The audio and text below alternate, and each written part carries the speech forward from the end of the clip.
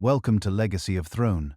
Before we begin this extraordinary journey through one of the most catastrophic and transformative conflicts in all of human history, make sure you hit subscribe and turn on the bell notification so you never miss our next story. On this channel we uncover the rise of empires, untold battles, hidden turning points, and the secrets that shape the world as we know it. Subscribe now because history belongs to those who choose to remember it. One shot, one man, one single moment in a narrow street in a city most people had never heard of, and suddenly the world's greatest empires began to collapse like dominoes. In a quiet city called Sarajevo, a 19-year-old pulled the trigger, and what followed was not just a war but the violent birth of the modern world, with machine guns and poison gas, with tanks rolling through shattered villages, and millions of young men buried in foreign soil, far from the homes they would never see again. Cities were flattened. Families were torn apart forever. Kings lost their crowns. New nations were born from the rubble of old empires, and the world would never return to what it had once been. This is the true and complete story of World War I, the war that was supposed to end all wars. So before you get comfortable, take a moment to like the video and subscribe, but only if you genuinely enjoy what we do here. If you are listening from somewhere special tonight, drop your location and the local time in the comments. It is always wonderful to know where everyone is listening from. Now dim the lights, maybe turn on a fan for that soft background hum, and let us ease into tonight's journey together. Before the war there was peace, at least on the surface. In 1914, Europe looked strong, civilized, and supremely confident in its own progress. People dressed well. Cities hummed with commerce and ambition. Newly built railways connected nations that had once been separated by days of travel. Art, science, and technology were advancing at a pace that seemed almost miraculous. Electric lights illuminated city streets. The telephone was connecting people across distances that had previously required letters and weeks of waiting. Automobiles were becoming a reality rather than a curiosity. It genuinely felt as though humanity had turned a corner, that the future was bright, rational, and full of promise. But beneath all that glittering progress, something profoundly dangerous was building. Europe in 1914 was like a room packed tightly with dry gunpowder, pressurized, volatile, and waiting. One spark, just one, and everything would explode with a force that no one had anticipated and no one was truly prepared for. So how did it come to this? How did a continent at what appeared to be the peak of its civilization end up tearing itself apart in the most destructive conflict the world had ever witnessed? To understand that, we have to go back not just to 1914, but to the decades of tension, rivalry, wounded pride, and dangerous calculation that made the catastrophe not merely possible, but virtually inevitable. By the early years of the 20th century, Europe was divided among powerful empires, each with its own ambitions, its own fears, and its own deeply held conviction that it deserved more than it currently possessed. There was the British Empire, enormous, wealthy, ruling over territories across Africa, Asia, the Caribbean, and the Pacific, a genuinely global empire covering approximately 1/4 of the Earth's land surface and governing roughly the same proportion of its human population. Britain's Royal Navy was the most powerful maritime force in the world, and British financial institutions in the City of London served as the nervous system of the global economy. The British Empire was the dominant world power of the 19th century, and its leaders intended to keep it that way. Then came France, proud, brilliant, still nursing wounds inflicted by a defeat suffered in living memory. The Franco-Prussian War of 1870 to 1871 had been a catastrophe for French national honor. The Prussian armies had encircled Paris itself, the French Emperor Napoleon III had been captured in battle, and the victorious German states had proclaimed their new empire in the Hall of Mirrors at Versailles, in France's own palace, the supreme symbol of French royal grandeur. Worse, France had been forced to surrender the provinces of Alsace and most of Lorraine territory, inhabited by more than 1 million French-speaking people, rich in coal and iron, and deeply embedded in French national consciousness. The humiliation had never healed. Many French politicians and military leaders lived their careers in the shadow of 1871, dreaming of the day when France would reclaim what had been taken from it. Germany was young, aggressive, and growing at a pace that astonished the world. The German Empire, proclaimed in 1871, following that very victory over France, had industrialized with extraordinary speed.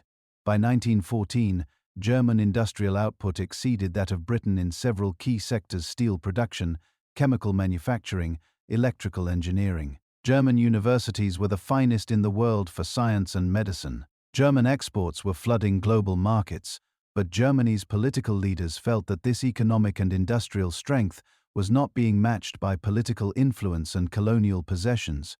Britain and France had built vast overseas empires over centuries. Germany had arrived late to that competition and found most of the prize territories already claimed. Kaiser Wilhelm the loud, restless, emotionally volatile emperor who had dismissed Germany's most brilliant diplomat Otto von Bismarck in 1890 and then proceeded to undo Bismarck's careful work of keeping Germany's potential rivals divided, wanted Germany to have what he called its spare place in the sun. He wanted the world to recognize Germany's greatness, and he was willing to take considerable risks to achieve that recognition.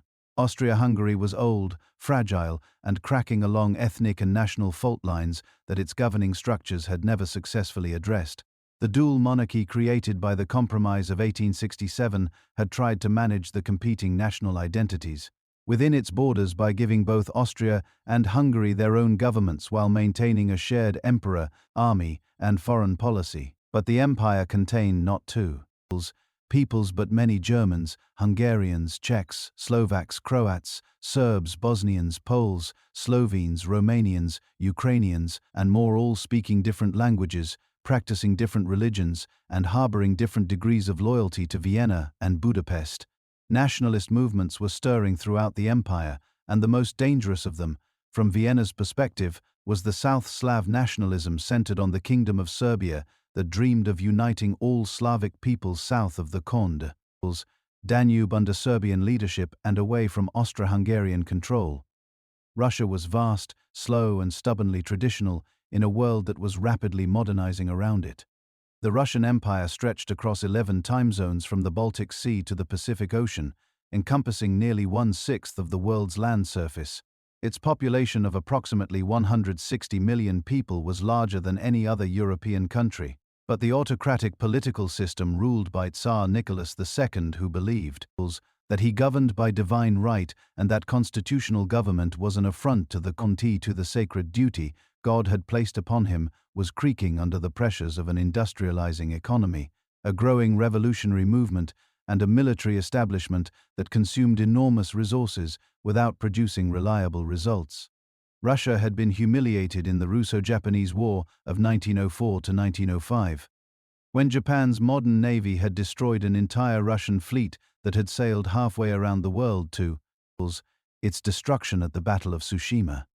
The defeat had triggered the revolution of 1905, forcing Nicholas to grant limited constitutional concessions while internally resolving never to be humiliated again.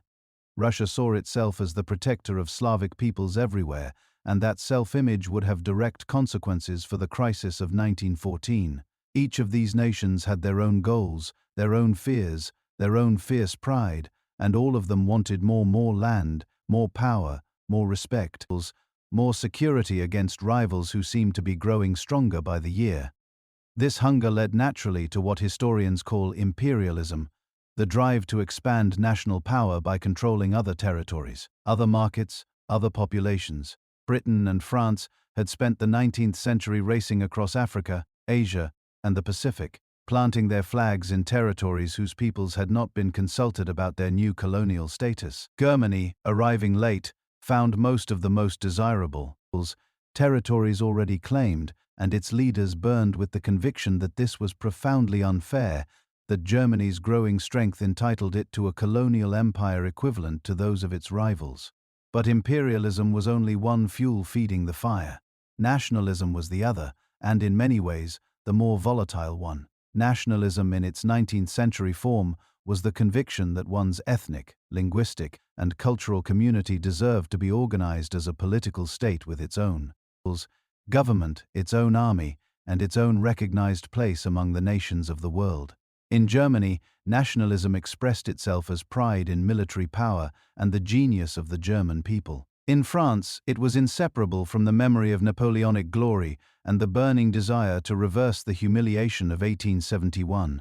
In Russia, it meant the obligation to protect all Slavic peoples from German and Austro-Hungarian domination.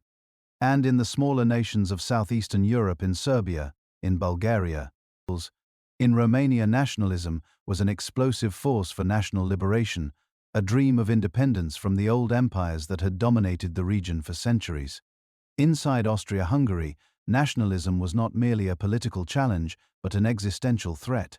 This empire, unlike the others, could not appeal to a single shared national identity to bind its subjects together. The Habsburg dynasty had ruled through tradition, through the Catholic Church, through dynastic loyalty, and through the calculated balancing of ethnic groups against each other. But as nationalism spread, these bonds were weakening.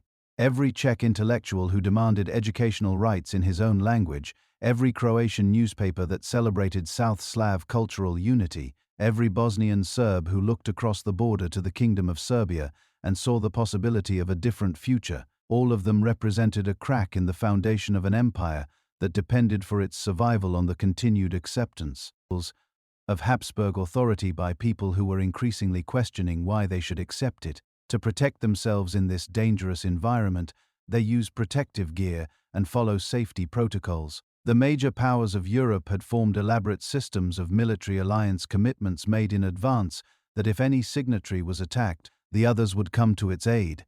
These alliances were like the fuses and primers of an enormous weapon. They were designed to deter conflict by making the cost of aggression prohibitively high, but they also ensured that any conflict that did break out would automatically spread far beyond its original parties. On one side stood the Triple Alliance, formed in 1882 and linking Germany, Austria-Hungary, and Italy in a mutual defense commitment. On the other side stood the Triple Entente, a looser but still significant arrangement connecting France, Russia, and Britain through a combination of the Franco-Russian alliance of 1894, the Anglo-French Entente Cordiale of 1904, and the Anglo-Russian Entente of 1907. These alliance systems were accompanied by an arms race of frightening intensity.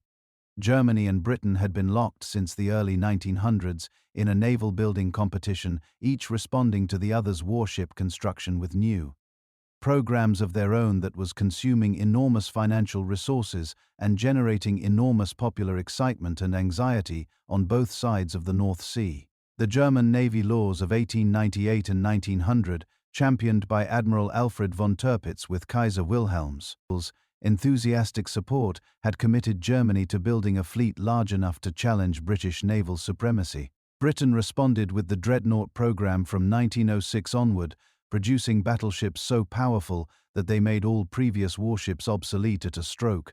By 1914, Britain and Germany had each spent hundreds of millions of pounds on this competition, generating mutual suspicion and resentment that poisoned diplomatic relations throughout the period. On land, France and Germany were both investing heavily in their army's new rifles, improved artillery, more powerful ammunition, more comprehensive training and mobilization plans. Military planners in Germany had developed the Schlieffen Plan, a detailed operational blueprint for fighting a two-front war against France and Russia simultaneously, based on the principle of knocking France out quickly in the west before turning to face the slower mobilizing Russian armies in the east. France had developed Plan 17 and R's offensive strategy emphasizing the recapture of Alsace-Lorraine through aggressive infantry attacks on the German border. Russia was in the middle of a massive military modernization program funded partly by French loans. Britain was developing its naval strategy and its small but highly professional expeditionary force for continental intervention. Everywhere, military planners were drawing up war plans in the absolute secrecy of general staff offices, and those plans, once set in motion, would prove extraordinarily difficult to stop. Yet for all the military preparation, the popular mood in 1914 was not one of dread but of strange excitement. In cafes and in the pages of newspapers, people talked about patriotism, about national honor, about the duty to defend the flag. Young men across Europe had been raised on stories of military glory from earlier centuries. They had been told that war was heroic, that it would be brief, that it would forge national character and demonstrate the worth of their generation. The Austro-Prussian War of 1866 had lasted 7 weeks. The Franco-Prussian War of 1870 to 1871 had lasted less than a year. Military theorists and popular opinion alike assumed that any future European war would be measured in months at most. Few imagined that they would spend years suffocating in muddy trenches or be destroyed by machines whose mechanical efficiency treated human lives as interchangeable raw material. The Balkans that tangled, historically contested, region in southeastern Europe, where the Ottoman Empire's long retreat had left a vacuum filled by new and intensely nationalistic states, had long been recognized as the most dangerous zone of European politics. By 1914, the Ottoman Empire was so weakened that European diplomats had been calling it the sick man of Europe for decades, and its slow collapse was creating precisely the kind of power vacuum that great power rivalries and nationalist ambitions could transform into catastrophe. The two Balkan Wars of 1912 and 1913 had already demonstrated this dynamic. In the First Balkan War, a coalition of Serbia, Bulgaria, Greece, and Montenegro had attacked the Ottoman Empire and stripped it of nearly all its remaining European territory. In the Second Balkan War, the victorious allies had immediately turned on each other over the division of the spoils. Serbia emerged from these wars dramatically enlarged in territory and deeply emboldened in its national ambitions, and Austria-Hungary watched Serbia's growing strength with a mixture of alarm and fury. So by the summer of 1914, every element required for catastrophe was in place. The great powers of Europe were heavily armed, bound together by alliance commitments that would automatically convert a local conflict into a general war, inflamed by nationalism and imperial rivalry, governed by military plans that required speed and decisiveness and left little room for diplomatic maneuvering, and presided over by leaders who were uncertain, anxious, and often operating on the assumption that if war was coming anyway, it was better to fight it sooner rather than later. The question was not whether the system would break, it was when and where the first crack would appear. Then came the moment.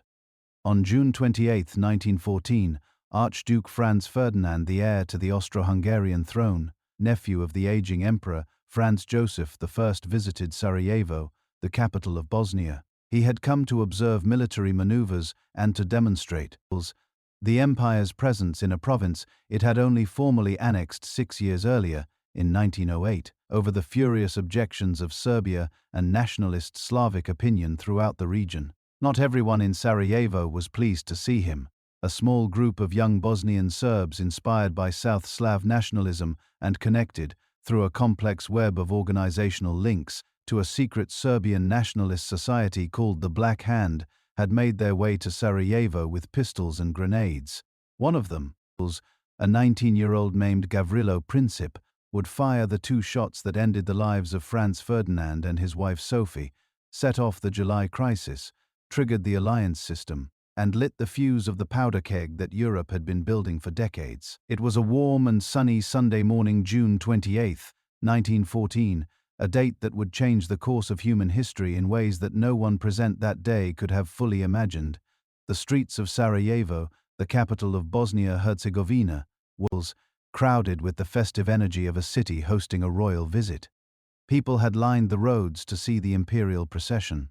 Flags waved from windows and lampposts. A military band played patriotic music. Soldiers in polished dress uniforms stood at attention. And in an open-topped automobile, a 1910 Greffund Stift double phaeton, a vehicle whose open design would prove tragically significant, rode Archduke Franz Ferdinand, heir to the throne of the Austro-Hungarian Empire, and his wife Sophie, Duchess of Hohenberg.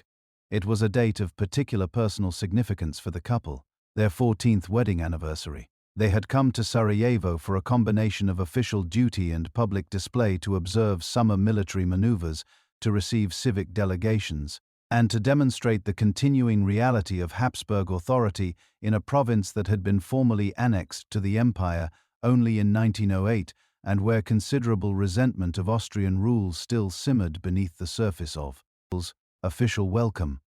But beneath that surface, something far darker was taking shape. Bosnia-Herzegovina had been under Ottoman rule until the Austro-Hungarian occupation of 1878, following the Russo-Turkish War, then under occupation until the formal annexation of 1908, a move that had infuriated both Serbia, which saw the South Slav populations of Bosnia as natural candidates for incorporation into an expanded Serbian state, and Russia, which viewed Austrian expansion in the Balkans as a direct challenge to its own influence in the region. Many Bosnian Serbs and other South Slavic people within the province looked across the border to Serbia and imagined a different future, one in which they would be free from Habsburg authority, part of a larger South Slav state that would fulfill the dreams of national liberation. In the crowd that had gathered along the Apelki, the main street running along the Miljacka River through the center of Sarajevo, stood 7 young men. They were members of a network connected to the Black Hand, a secret Serbian nationalist organization whose motto was Union or Death, and whose membership included several senior Serbian army officers. These young conspirators, most of them barely out of their teens, some of them suffering from tuberculosis, all of them burning with nationalist conviction, had traveled to Sarajevo armed with pistols, hand grenades, and small glass vials of potassium cyanide that they intended to swallow after the assassination to avoid capture and interrogation. They had positioned themselves along the route of the Archduke's motorcade, each one ready to strike.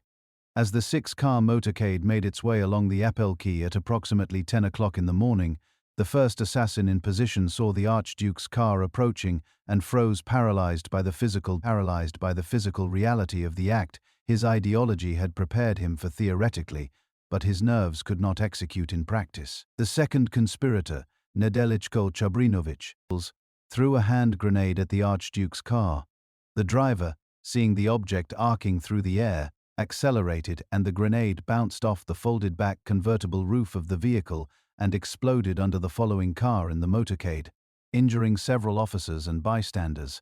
Chaos erupted immediately. The Archduke's driver accelerated sharply. The motorcade raced to the town hall, where the official reception was to take place. Chabrinovic swallowed his cyanide, but the poison, apparently, degraded with age, only made him violently ill without killing him. He jumped over the parapet into the Miljacka River below, but the river was only a few inches deep at that point. He was dragged out by the crowd and police, beaten severely, and arrested.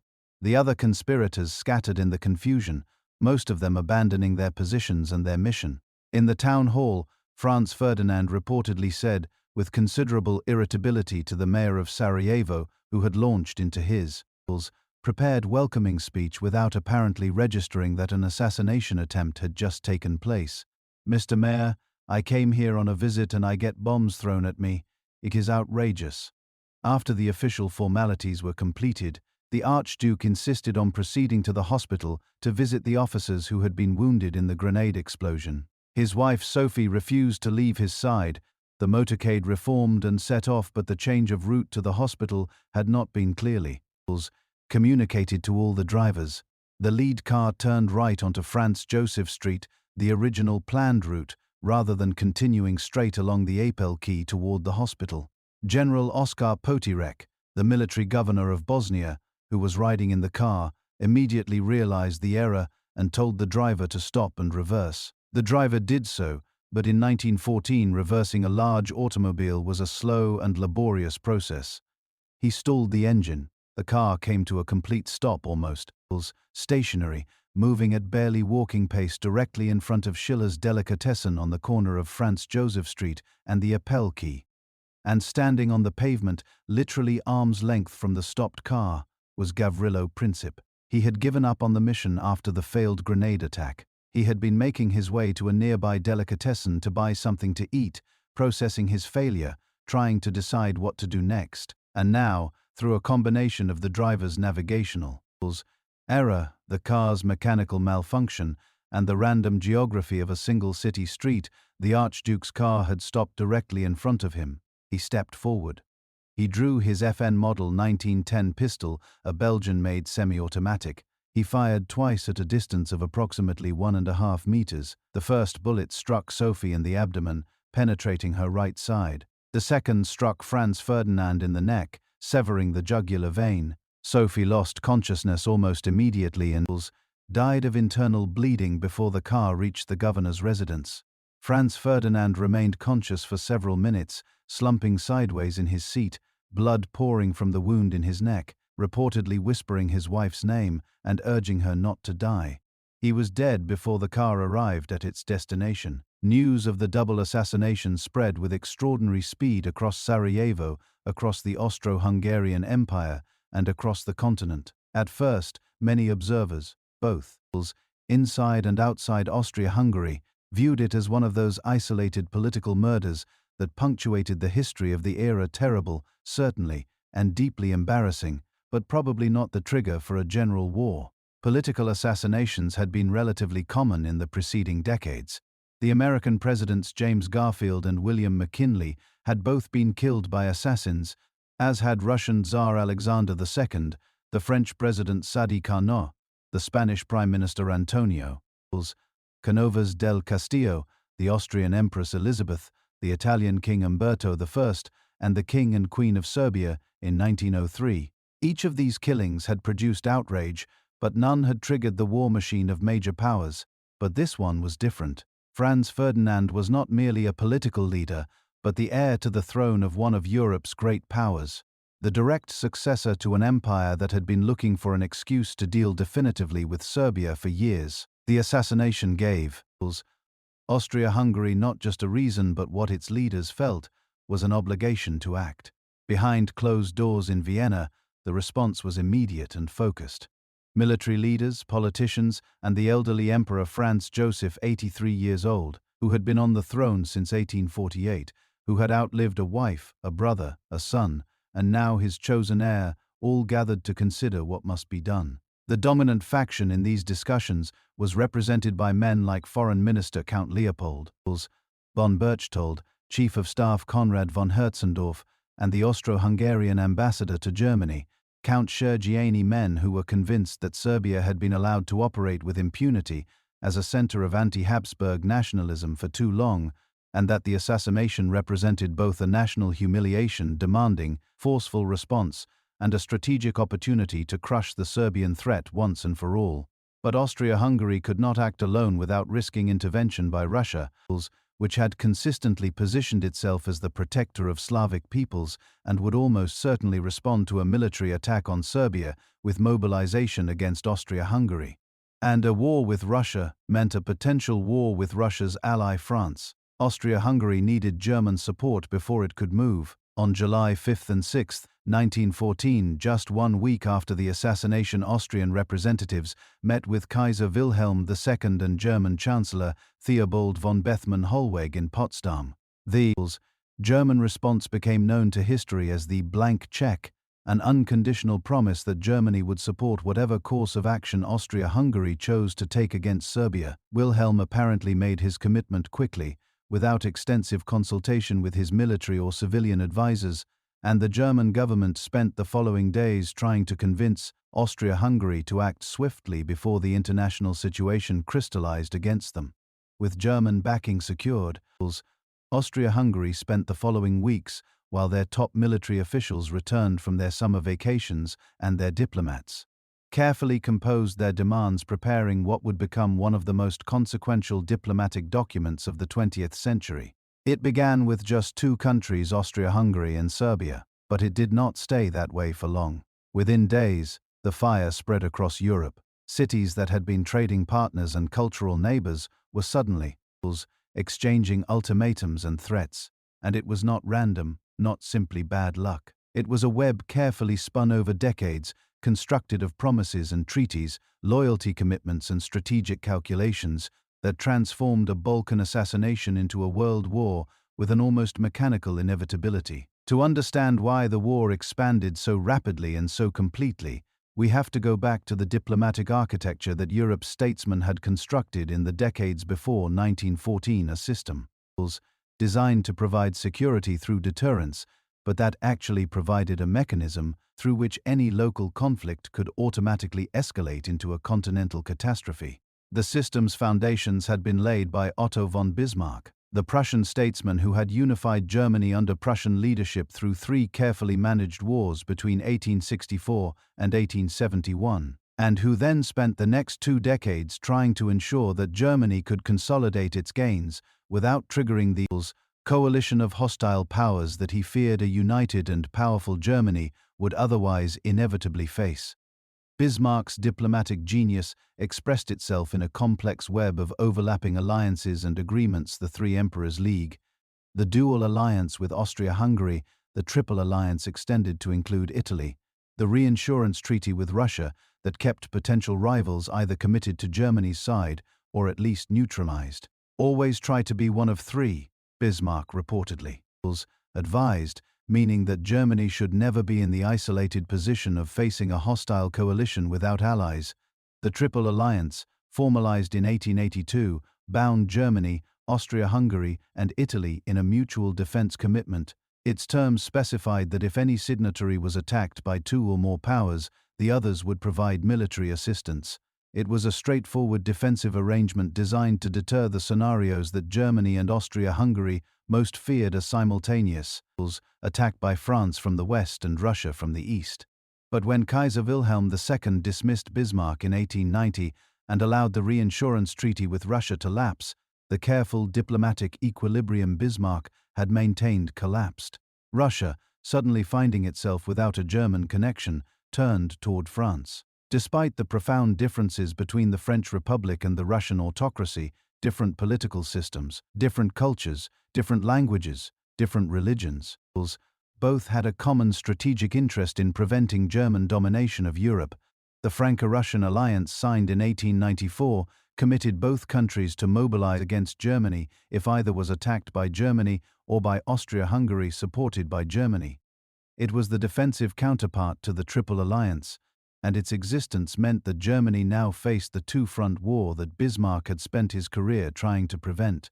Britain had spent most of the 19th century practicing what statesmen called splendid isolation, avoiding formal entanglements in continental European politics and relying on its naval supremacy and commercial dominance to protect its global interests without the expense and risk of maintaining a large continental army.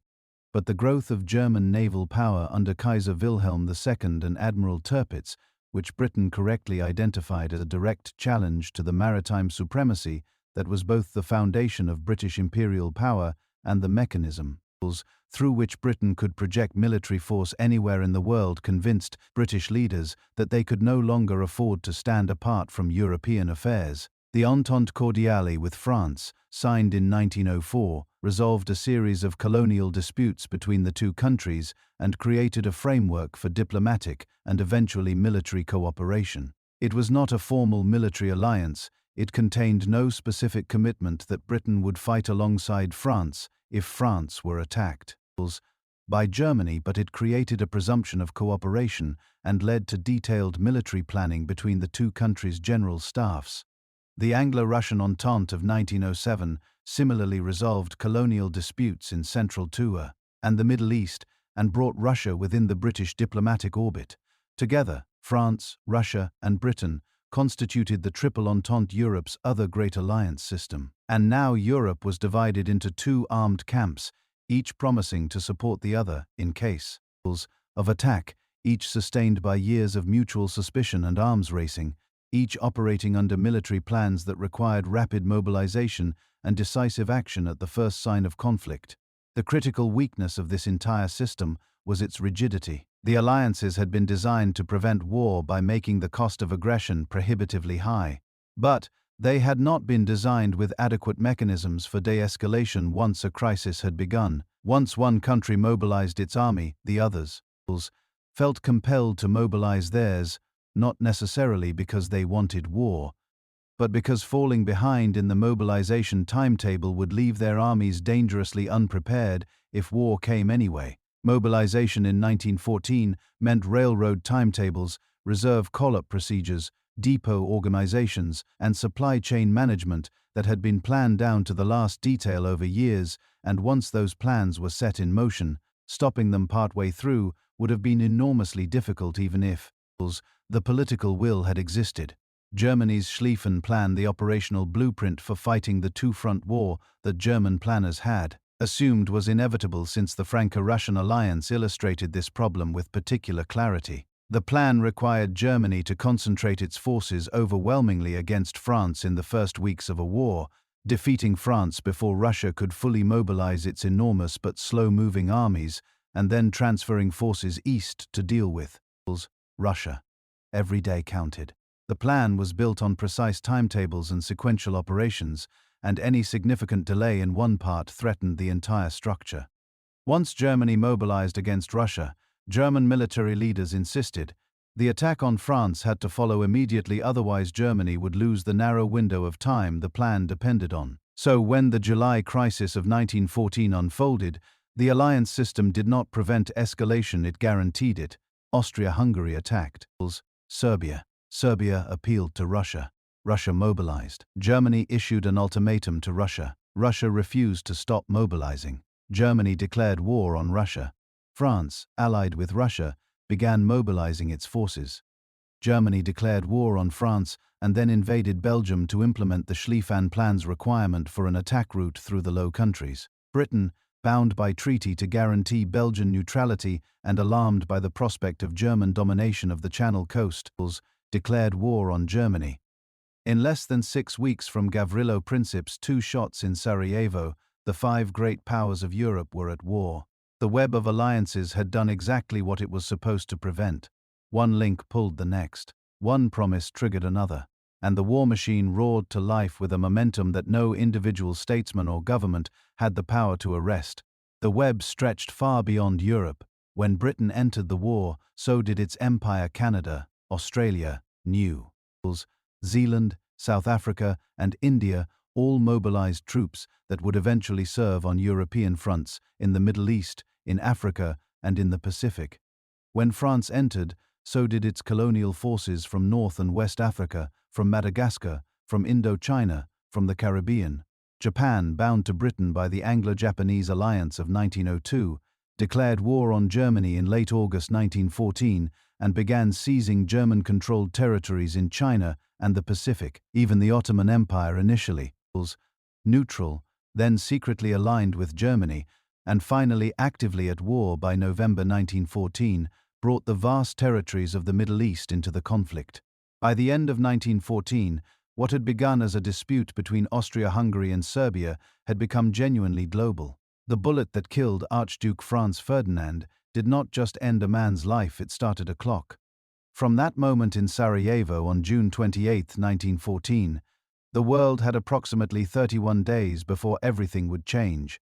The countdown to catastrophe did not begin with gunfire or mobilizing armies.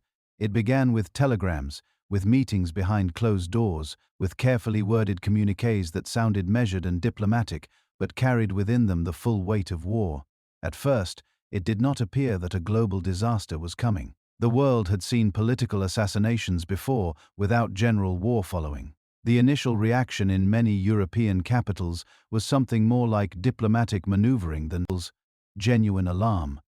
But behind the scenes, in Vienna particularly, the calculation was very different. Austria-Hungary's leaders saw in the assassination not merely a tragedy, but an opportunity, perhaps last opportunity they would have to deal decisively with the Serbian threat before it became existential.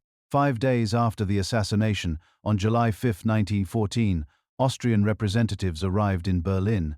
They met with Kaiser Wilhelm II at Potsdam and presented their case. Serbia had to be severely punished, and Germany's unconditional support was required.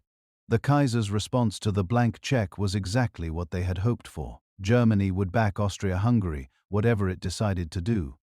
With that guarantee in hand, Austria-Hungary's leaders could proceed with confidence. But they did not act immediately. Their top military commanders were on summer vacation, and more importantly, they needed time to construct a diplomatic trap, an ultimatum so harsh that Serbia could not fully accept it, providing the legal and political pretext for war that Austria-Hungary needed to act without appearing to be the naked aggressor in the eyes of European and particularly British public opinion. They spent the next 2 weeks drafting, redrafting, and debating the precise wording of 10 demands that they would present to Serbia. On July 23, nearly a month after the assassination, Austria-Hungary delivered its ultimatum to Belgrade. The demands were deliberately framed to be impossible to accept in their entirety. Serbia was required to suppress all anti-Austrian propaganda, to dismiss specific named officials from the government and military, and to allow Austro-Hungarian police officers to operate on Serbian soil to investigate the assassination conspiracy. That last demand, the presence of foreign police on Serbian territory, was the key provision. It was a demand that directly violated Serbian sovereignty and that Serbian leaders, on the advice of Russia, felt they could not accept without fatally compromising their country's independence. Serbia's response, delivered within the 48-hour deadline, was remarkably conciliatory, far more so than Austria-Hungary had expected. Serbia accepted 9 of the 10 points substantially, asking only for clarification and international arbitration on the provision regarding Austrian police operations in Serbia. When the Kaiser read the Serbian reply, he reportedly wrote in the margin that there was now no justification for war and that Austria-Hungary could be satisfied with a partial occupation of Serbian territory as a guarantee of good faith. But Vienna had already decided. 2 days later, on July 25, Austria-Hungary broke off diplomatic relations with Serbia and began mobilizing its army along the Serbian border. The clock was running faster now. Serbia called on Russia for support. Tsar Nicholas II, a man genuinely reluctant to go to war and aware of the catastrophic domestic consequences that a military defeat would carry for his regime, faced an impossible dilemma. Russia could not allow Serbia to be crushed. Russian prestige, the commitment to Slavic solidarity, and the strategic imperative of preventing Austro-Hungarian domination of the Balkans all argued for intervention. But intervention risked war with Germany, and a war with Germany might destroy everything. Nicholas hesitated, then authorized a partial mobilization on July 29, troops to be deployed against Austria-Hungary specifically, not against Germany. German military planners immediately identified this as insufficient. The Schlieffen Plan assumed that Russia would mobilize its entire Western army, not just the forces facing Austria. A partial Russian mobilization made no strategic sense from Germany's perspective. It could only mean that Russia intended to move against Germany as well as Austria once it was ready. Germany issued an ultimatum to Russia: stop all mobilization within 12 hours or face war. Russia did not comply. Germany issued a second ultimatum to France, demanding French neutrality in any Russo-German conflict, a demand France simply could not accept without betraying its alliance commitments and leaving itself isolated. On August 1, Germany declared war on Russia. On August 3, Germany declared war on France. And on August 4, German troops crossed into Belgium, the necessary preliminary move of the Schlieffen Plan that Germany's planners had incorporated into their war-fighting blueprint. As an operational given, apparently without adequate consideration of its diplomatic consequences. Britain had long-standing treaty commitments to guarantee Belgian neutrality, the 1839 Treaty of London, which Britain, France, Prussia, and the other great powers had signed when Belgium became an independent state. The invasion of Belgium was both a violation of international law and a clear demonstration of Germany's willingness to trample the rights of small neutral nations in pursuit of strategic objectives. British public opinion, which had been deeply divided about intervention in a war between continental powers over a Balkan dispute, united almost immediately behind the case for defending Belgium. On August 4, 1914, Britain declared war on Germany. In just 11 days from Austria-Hungary's declaration of war against Serbia on July 28 to better, Britain's declaration against Germany on August 4, 5 of Europe's great powers had entered the conflict. The alliance web had worked precisely as critics of the system had feared it would. A local crisis had triggered commitments that automatically converted a regional conflict into a continental war. The real tragedy of the July crisis was not the malevolence of its participants, but their miscalculation. None of the major decision-makers genuinely intended to start a world war. Austria-Hungary wanted to crush Serbia without triggering Russian intervention. Germany wanted to support Austria-Hungary without becoming involved in a general war. Russia wanted to protect Serbia without provoking Germany. France wanted to honor its alliance commitments without being destroyed by Germany. Britain wanted to uphold international law without committing its army to a continental war. Each of them ended up in precisely the situation they had tried to avoid, because the system they had constructed, the alliance commitments, the mobilization timetables, the military plans built on speed and surprise, left them no space for the diplomatic maneuvering that might have found a way out, and so the soldiers boarded trains. Families stood at stations, waving goodbye, many believing their sons would be home by Christmas. Crowds cheered in the streets of capitals from Berlin to Paris, wrapped in flags, singing national anthems, convinced that their cause was just and their victory was inevitable. It felt like a patriotic adventure. It felt like the moment when history would test their generation, and their generation would rise to meet the test. No one understood what was really coming: the mud, the blood, the years of slaughter, the industrial killing on a scale the world had never witnessed. The July crisis was over. The war to end all wars had just begun. The fuse had been lit. The assassination of Archduke Franz Ferdinand was no longer simply a Balkan crisis confined to the southeastern corner of a troubled continent. It had become a European problem, and that problem was spinning into a full-scale catastrophe with a speed that made diplomatic intervention nearly impossible to execute, even when the will existed to try. It was the final days of July 1914. Diplomats were still frantically exchanging messages, proposals for international conferences, suggestions for mediation, private communications between monarchs who were cousins to each other, but the machinery of war had already begun its grinding forward movement. Trains were being loaded with military equipment. Mobilization orders were being signed and distributed through military bureaucracies that had spent years preparing for exactly this contingency. Troops were moving toward borders. Austria-Hungary moved first, after waiting for Serbia's response to its ultimatum, a response that was, in the view of virtually every neutral observer, remarkably conciliatory. Vienna decided it was time. On July 28, 1914, exactly 1 month after the shots in Sarajevo, Austria-Hungary officially declared war on Serbia and began bombarding Belgrade, the Serbian capital, with artillery fired from naval vessels on the Danube River. The shot that had killed Franz Ferdinand had now become a war between two countries, but it could not stop there. Russia observed Austria's attack with the alarm and determination that it had always insisted it would bring to any threat to Serbia. Tsar Nicholas II authorized a general mobilization of the Russian army on July 30th, a decision he had agonized over for days, exchanging telegrams with Kaiser Wilhelm II, in which both men insisted in personal terms that they did not want war, while their military establishments moved forward with plans that made war inevitable. Russia's mobilization covered its borders with both Austria-Hungary and Germany, and from Germany's perspective, there was simply no meaningful distinction between the two. A fully mobilized Russian army on Germany's eastern border was an existential threat, regardless of which direction it was initially oriented. Germany's ultimatum to Russia, halt mobilization within 12 hours or face war, expired on August 1st. Russia did not comply. Germany declared war on Russia the same afternoon.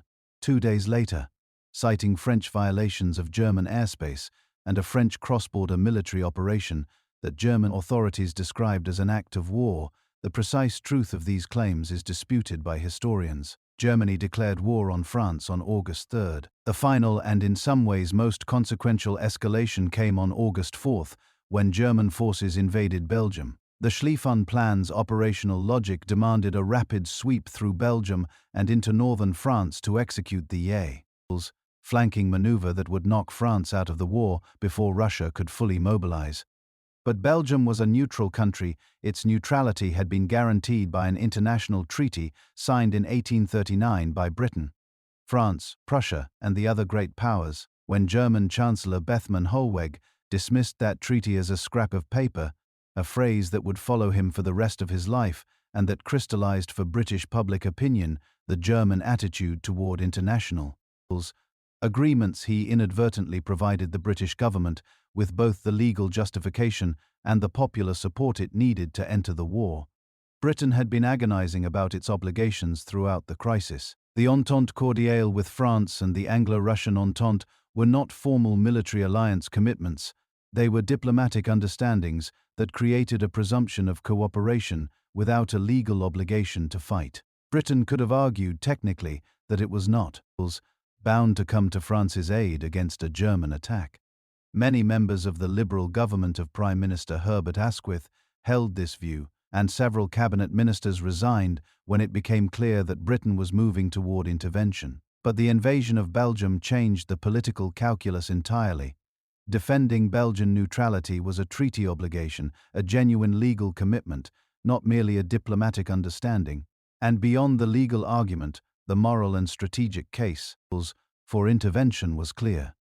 A Germany that had conquered France and controlled the Channel ports would be an existential threat to British security that could not be tolerated. On August 4, 1914, the British government sent an ultimatum to Berlin demanding the withdrawal of German forces from Belgium. Germany did not comply. At 11 p.m. British time, Britain declared war on Germany. In cities across Europe, the declarations were greeted with a strange mixture of genuine enthusiasm, patriotic fervor, and foreboding that people found difficult to articulate but could not entirely suppress. In Berlin, young men cheered in the streets, pelting departing troop trains with flowers. In Paris, crowds gathered at the Gare de l'Est to see the mobilized soldiers depart, pressing gifts of food and cigarettes upon them through the carriage windows. In London, enormous crowds gathered outside Buckingham Palace, and when the King and Queen appeared on the balcony, the cheering was described by contemporary observers as unlike anything the city had ever heard. In Vienna, the atmosphere was more sober. There had been too many wars in living memory, and the empire was too fragile for uncomplicated celebration. In all these cities, virtually everyone who gathered to celebrate or simply to witness these extraordinary days shared one fundamental conviction: the war would be short. Military experts and popular opinion alike assumed that industrial warfare between modern nations would exhaust itself quickly, that the enormous armies now mobilizing would clash in a few decisive engagements, and that some form of settlement would follow within months. By Christmas, the boys would be home. They were wrong in ways that none of them could yet comprehend. The age of empires had collided with the age of industrial warfare, and the collision would produce years of carnage on a scale that no previous human conflict had approached. When Germany declared war on France and Russia in early August 1914, its military had no time to improvise. Everything was already set in motion according to a plan that had been years in the making, endlessly refined, and treated by the German General Staff as the only viable solution to Germany's strategic nightmare, the two-front war. The plan was called the Schlieffen Plan, named after its original creator, Count Alfred von Schlieffen, chief of the German General Staff from 1891 to 1905, who had spent the better part of a decade developing and refining it. The strategic problem Schlieffen had been asked to solve was simple in its statement and immensely difficult in its solution. How does Germany fight and win a war against France in the west and Russia in the east simultaneously, when fighting both at full strength at the same time would quickly exhaust even Germany's considerable military resources? Schlieffen's answer was to refuse the premise not to fight both at full strength simultaneously, but to use Germany's internal lines and its superior railway network to achieve sequential rather than simultaneous victories. Strike France first, with overwhelming force, and knock it out of the war within 6 weeks, before Russia could complete its slower and more cumbersome mobilization. Then transfer the bulk of German forces east by rail and defeat Russia while France was still recovering from its crushing defeat. The operational vehicle for this concept was a massive flanking attack through neutral Belgium and the Netherlands, sweeping around the northern end of France's fortified eastern border, bypassing the French defenses that faced east toward Alsace-Lorraine, and swinging south and east like an enormous door to encircle Paris and the French armies from behind.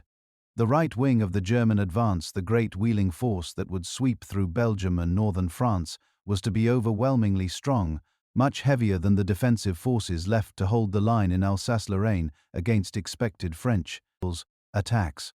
"Keep the right wing strong," Schlieffen reportedly said on his deathbed in 1913.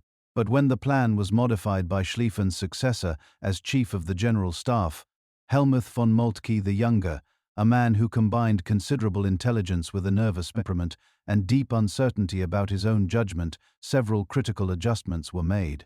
The Netherlands was removed from the invasion route, partly to preserve Dutch neutrality for trade purposes and partly to reduce the scope of the operation. The right wing was weakened as forces were transferred to reinforce the left wing in Alsace-Lorraine, where German planners feared French attacks might penetrate deeper than Schlieffen had expected. The overall timeline was tightened even as the operational task was made more difficult. The first sign that the plan was in trouble came immediately. When German forces crossed into Belgium on August 4, 1914, they encountered the Belgian army defending the fortress city of Liege. Has a ring of 12 modern concrete forts surrounding the city, constructed in the 1880s and considered one of the strongest fixed fortifications in Europe. German planners had expected Liege to fall within 2 days of the first attack. Instead, the Belgian garrison, outnumbered and fully aware that it had no realistic chance of stopping the German advance permanently, chose to fight with a ferocity and determination that shocked the German commanders. The outer forts were captured by assault in the first few days of fighting, but the inner concrete fortresses held. It took the arrival of massive Krupp siege guns, 42-centimeter howitzers of a design so secret that their existence had not been publicly acknowledged, to reduce the last Belgian fortifications on August 16. Nearly 2 weeks had been lost from a timetable measured in weeks. As the Germans pushed deeper into Belgium, the behavior of their forces toward the civilian population generated reports of atrocities that inflamed international opinion and destroyed any chance of maintaining the image of Germany as a defender of order and civilization against Slavic barbarism that German propaganda had been attempting to project. The burning of the university town of Leuven, including its famous medieval library with its irreplaceable collection of manuscripts, and the mass execution of Belgian civilians in Dinant and other towns, ostensibly as reprisals for guerrilla attacks, shocked neutral countries and particularly influenced opinion in the United States, where the rape of Belgium became a central theme of Allied propaganda that echoed through the rest of the war. The British Expeditionary Force, approximately 80,000 regular soldiers, the most highly trained professional army Britain had sent to the continent since Wellington's campaigns against Napoleon, commanded by Field Marshal Sir John French, crossed the Channel and deployed along the Allied line to the left of the French forces. On August 23, at the Belgian town of Mons, it made its first contact with the advancing German forces. The German forces advancing through Mons encountered sustained rifle fire from the British professional infantry men who had been trained to fire 15 aimed rounds per minute, a rate of fire so high that German soldiers reportedly believed they were facing machine guns. The British held the German advance temporarily before being forced to retreat southward alongside the retreating French armies. But this delay was significant, another few days stripped from a timetable that could not afford them. By early September, German forces had advanced to within 30 miles of Paris. The French government evacuated to Bordeaux. Parisians dug trenches in the suburbs. The sound of German guns could be heard from the city. The German advance seemed unstoppable, and then, almost simultaneously, it stopped. French aerial reconnaissance conducted by the pioneer military aviators of the French Air Service using early aircraft that could barely maintain altitude, let alone fight, spotted a critical vulnerability in the German line. General Alexander von Kluck, commanding Germany's First Army on the extreme right of the wheeling advance, had swung his forces southeast of Paris rather than northwest of it as the plan required. This decision, made for logistical and operational reasons that seemed reasonable at the tactical level, exposed his army's right flank to counterattack, and between Kluck's First Army and Karl von Bülow's Second Army, there had opened a gap of approximately 30 kilometers. French General Joseph Joffre, the massive, impeachable commander-in-chief, who had conducted the entire opening phase of the war with the calm of a man who did not fully grasp how close to catastrophe France had come, saw his opportunity. He assembled a new army from reserves and reinforcements scraped from every quiet sector of the front, and on September 6, 1914, launched a massive coordinated counterattack from both the Marne River position and the exposed German flank. The incident of the taxis of the Marne Approximately 600 Parisian taxis commandeered by the military to rush reserve troops to the front became one of the most celebrated stories of the war, a symbol of civilian solidarity in national defense. The Battle of the Marne lasted 6 days from September 6 to September 12. It was fought in villages, forests, and open fields across a front of more than 200 kilometers, involving approximately 2 million soldiers on both sides. Moltke, commanding from Luxembourg far from the battlefield, unable to see clearly what was happening, dependent on fragmentary and often contradictory reports from his army commanders, reportedly suffered a nervous breakdown when he realized that the German advance had failed and that retreat was necessary. He sent a junior staff officer, Lieutenant Colonel Richard Hench, to assess the situation at the front. Hench, finding the gap between the two German armies wider and more dangerous than anyone in Luxembourg had understood, authorized the retreat that ended the Schlieffen Plan's last chance of success. By September 12, German forces had pulled back across the Assassination River. Paris was safe. The Schlieffen Plan was dead. Moltke reported to Kaiser Wilhelm II that Germany had lost the war. He was relieved of his command and replaced by Erich von Falkenhayn, and the German government worked hard to conceal the extent of the military failure from the German public. But the strategic reality was inescapable. Germany had failed to knock France out of the war in the 6 weeks the Schlieffen Plan had required, and now faced exactly the two-front war of attrition that the plan had been designed to prevent. The German army had been advancing with brutal momentum for weeks. Town after town fell, Belgian cities burned, French armies retreated. The British Expeditionary Force fought rearguard actions to slow the German advance and then fell back alongside its allies. The Schlieffen Plan, despite the problems at Liege and the unexpected resistance encountered along the way, appeared to be working. Paris was visible on the map just over 30 miles from the leading German units. The German generals could almost see the end of the campaign, but something was changing beneath the apparent momentum of the advance. The German troops were exhausted. They had marched hundreds of miles, fighting almost continuously.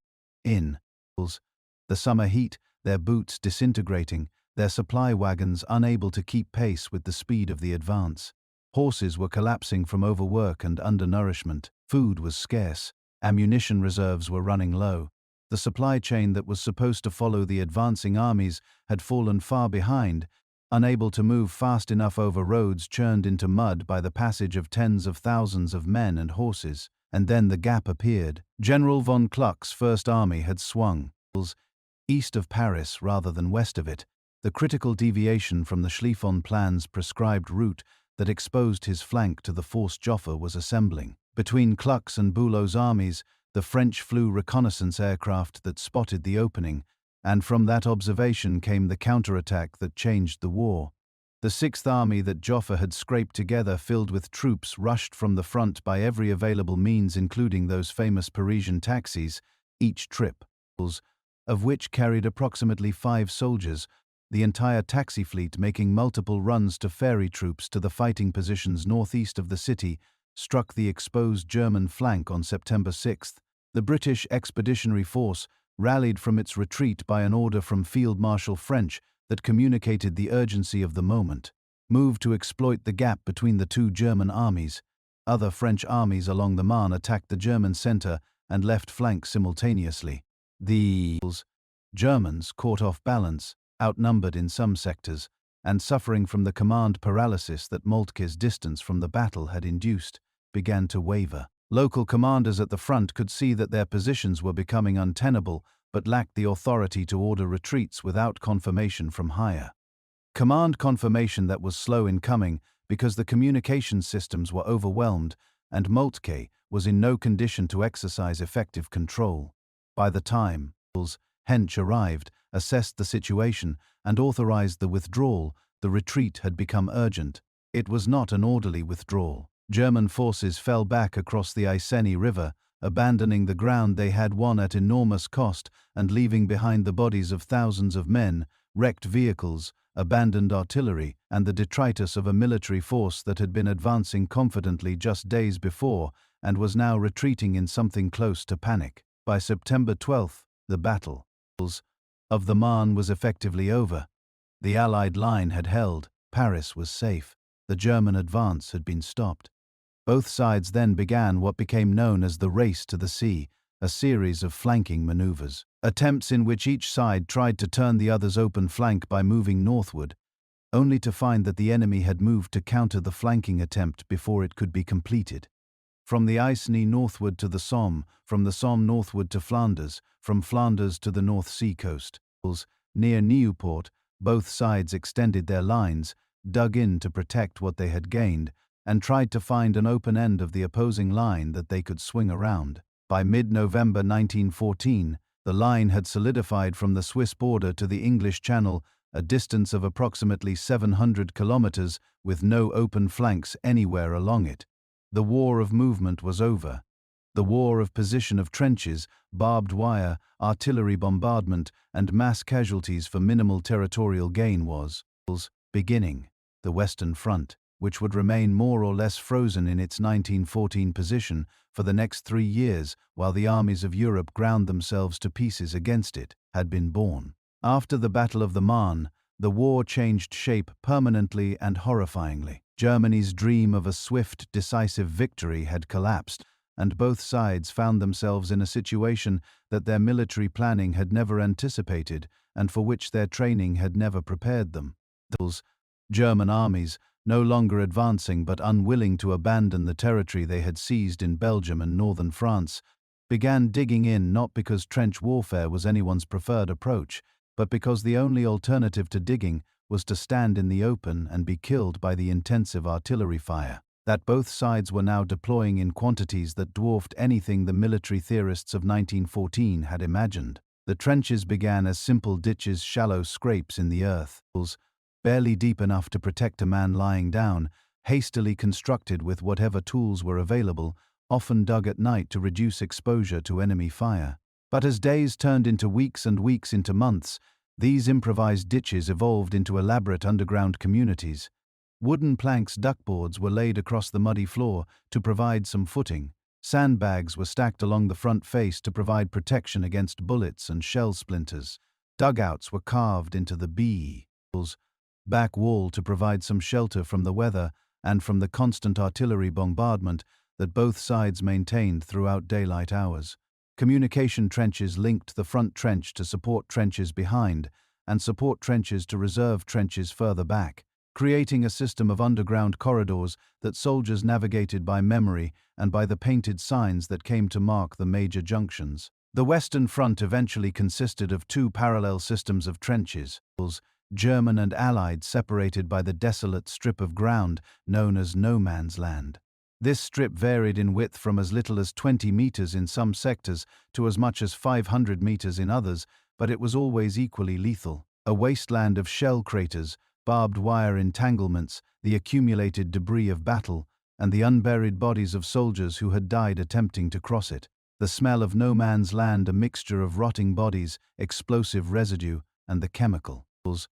Contamination of repeated gas attacks was one of the most powerful and most traumatic sensory memories that survivors carried for the rest of their lives. Life in the trenches was not merely uncomfortable, it was a sustained assault on the physical and psychological health of every man condemned to endure it.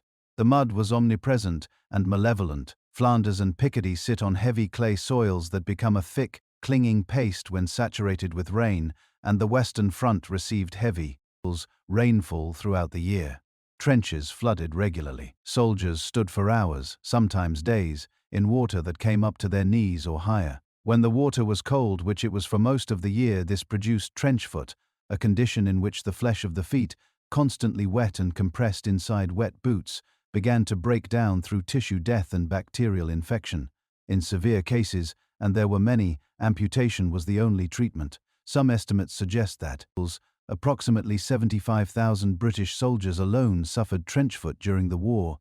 The rats, enormous, aggressive, bold from their diet of food scraps and human remains, became a defining feature of the trench environment that nearly every memoir of the war mentions with particular horror. They were everywhere, operating without apparent fear of humans, climbing over sleeping soldiers, contaminating food stores, spreading disease. Soldiers tried everything to control them. Shooting, stabbing, trapping, and organized hunting with terriers imported specifically for the purpose. Nothing worked for long. The rats thrived on the conditions of industrial slaughter, and nothing that humans could do would reduce their numbers as long as those conditions persisted. Disease was another constant enemy that killed as surely as bullets and shells, though with less drama and less recorded commemoration. Dysentery caused by contaminated water and food was endemic throughout the war. Typhoid was controlled by mandatory vaccination but never eliminated.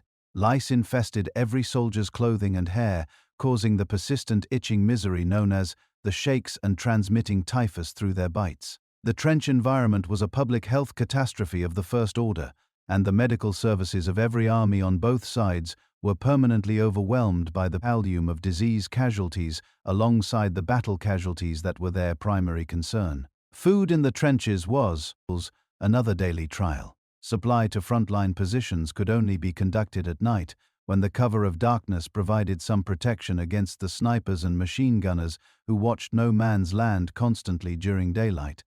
The food that arrived was often cold. Hot meals were almost impossible to deliver and consisted primarily of hard biscuits, tins of bully beef, canned corned beef of variable quality, and whatever supplementary rations could be brought forward. Water was carried in. Petrol cans, and the taste of fuel contamination was a constant complaint in soldiers' letters and diaries.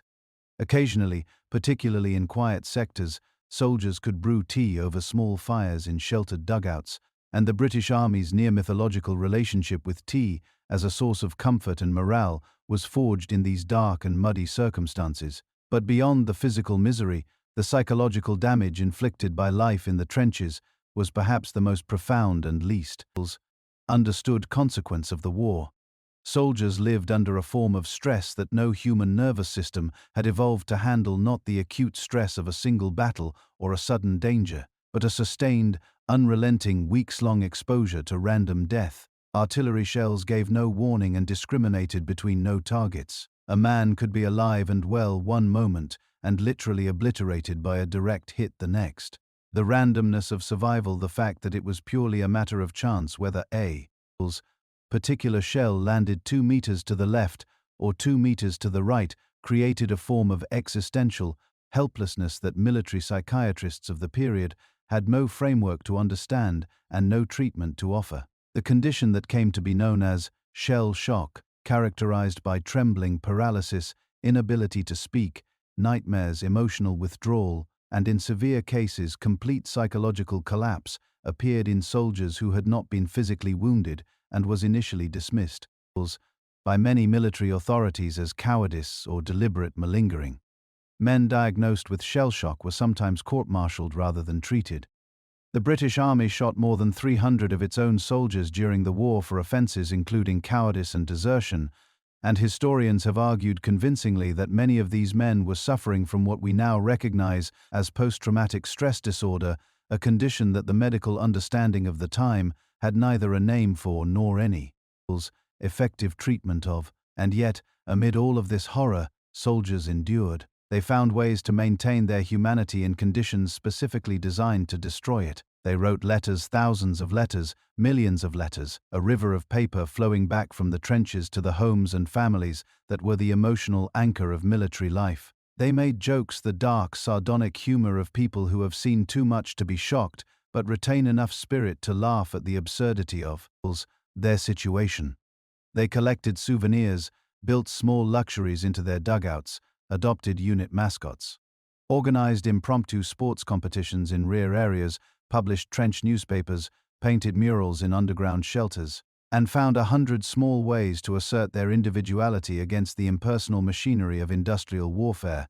The Christmas truce of December 1914, when soldiers on both sides emerged spontaneously from their trenches along parts of the front and met in no man's land to exchange gifts, share food and alcohol, and in some cases play improvised football matches, stands as one of the most extraordinary episodes of the entire war and perhaps of all military history. It was unofficial, unauthorized by any officer of any rank, and deeply disapproved of by high commands on both sides when reports of it reached them. But it happened, in dozens of locations along hundreds of kilometers of the Western Front because the men in the trenches were capable of recognizing their common humanity even when the institutional structures around them were organized on the premise that they should kill each other. It never happened again on the same scale. The war grew too bitter, too personal, too heavy with accumulated grief, but the Christmas truce of 1914 remains a testament to something in human nature that 4 years of industrialized killing ultimately could not destroy. By the time trench warfare had fully established itself across the Western Front in the winter of 1914 to 1915, the conflict had transformed into something that the architects of the war's opening phase would barely have recognized. The rapid maneuver, the decisive battles, the quick victory, all of it was gone, replaced by something slower, darker, and immeasurably more destructive. This was no longer a war of strategy in the conventional sense. It had become a war of attrition, a calculation stripped of all elegance and reduced to one brutal question: which side could destroy the other's human and material resources faster than the other could replace them. Both sides had now dug themselves into defensive positions of considerable strength. The German trenches tended to be more substantial than the Allied ones. Germany was on the defensive in the west and invested heavily in deep concrete bunkers that could withstand the heaviest Allied artillery bombardment, while the Allied commanders clung to the doctrine that the trenches were temporary positions to be held only until the decisive offensive that would end the war could be mounted.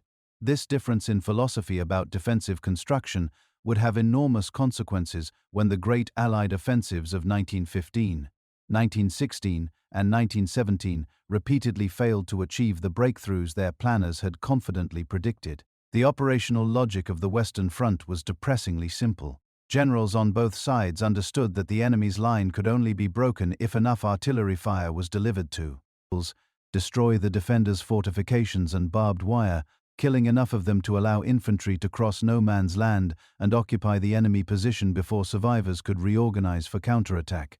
This theory was repeatedly tested, repeatedly failed, and repeatedly attempted again in slightly modified form. Artillery bombardments of unprecedented scale and duration, lasting days, consuming millions of shells, audible hundreds of miles away, preceded major infantry assaults. And then the whistles blew and the men went over the top, going over the top, climbing out of the trench, crossing no man's land. And attempting to reach the enemy's front-line trench was the essential offensive act of Western Front warfare, and it was almost uniformly suicidal. Machine guns, the decisive tactical weapon of the war on the Western Front, could deliver sustained fire at rates of up to 600 rounds per minute, covering arcs of fire that swept across no man's land from fixed positions. A single machine gun crew of 2 or 3 men could stop an advancing infantry company of 100 soldiers. The barbed wire, even after heavy artillery bombardment, was often still standing or had been so thoroughly churned and redistributed by shell explosions that it formed even more complex obstacles than the orderly rows that pre-bombardment reconnaissance photographs had shown. And the German soldiers, sheltering in their deep concrete bunkers during the bombardment, would emerge when the artillery fire lifted to defend their positions against the advancing Allied infantry. The results were slaughter repeated, systematic, numerically documented, slaughter that gradually drained both sides of their most capable and motivated soldiers. The men who had volunteered enthusiastically in August and September 1914, who had pushed and lied about their ages to get to the front, who had marched to the recruiting stations singing, were the first to die in the great offensives of 1915. They were replaced by conscripts, men whose relationship to the war was more complex, whose enthusiasm was less uncomplicated, who had had time to read the casualty lists and understand, in practical terms, what they were being asked to do. Back home, the impact of these losses was felt in every city, every town, every village. Families received the War Office telegrams, "We regret to inform you," with a frequency that made grief a constant background condition of civilian life. Women wore black. Businesses that had employed mostly young men operated with skeleton staffs. Schools ran classes with half-empty classrooms. The sheer scale of the loss was so enormous that it began to reshape society's changing gender roles as women moved into industrial and administrative positions previously reserved for men.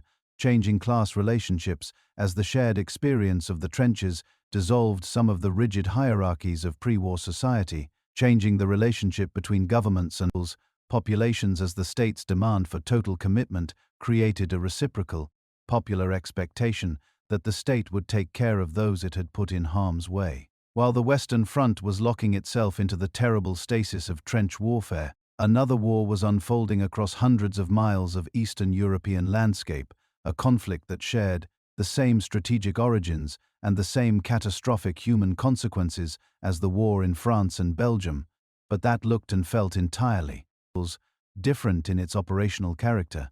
The Eastern Front was a war of movement, sometimes bewildering, often chaotic movement across distances that made the relatively compact Western Front seem almost intimate by comparison. The Eastern Front stretched at its greatest extent from the Baltic Sea in the north to the Carpathian Mountains in the south, a distance of approximately 1,500 kilometers, more than twice the length of the Western Front. This enormous geographic scale meant that the density of troops per kilometer of front was much lower than in the West, making the construction and maintenance of continuous defensive lines far more difficult. While the Western Front gradually solidified into an essentially fixed line of trenches and fortifications, the Eastern Front remained fluid, a shifting, dynamic zone where armies advanced and retreated over hundreds of miles, capturing and abandoning cities, crossing rivers and mountain ranges, and adapting to an environment of swamps, forests, and plains that presented challenges entirely different from the mud of Flanders. Russia had mobilized its enormous army with unexpected speed in the opening weeks of the war, faster than German planners had anticipated, and the speed of Russian mobilization was itself one of the factors that had made the Schlieffen Plan's timeline so urgent. Two Russian armies, the first under General Rennenkampfer and the second under General Samsonov, crossed into East Prussia in late August 1914, creating genuine alarm in Berlin. East Prussia was German territory, home of the Junker aristocracy that dominated the German officer corps and provided much of the political and social leadership of the German Empire. The invasion prompted urgent demands for reinforcements from the Eastern Front, and it was partly to send forces east that Moltke had weakened the critical right wing of the Schlieffen advance in France. German commanders Paul von Hindenburg, brought out of retirement to take command in the east, and his chief of staff Erich Ludendorff managed to intercept Russian radio communications that were being transmitted without encryption, giving them precise knowledge of Russian dispositions and intentions. Using Germany's superior railway network to shift forces rapidly between the two Russian armies and exploiting the personal antagonism between Rennenkampf and Samsonov that was preventing effective coordination between them, Hindenburg and Ludendorff encircled Samsonov's Second Army at the Battle of Tannenberg from August 26 to 30, 1914. The result was a catastrophic Russian defeat, approximately 90,000 prisoners taken, 30,000 to 50,000 killed or wounded, and an entire Russian army effectively destroyed.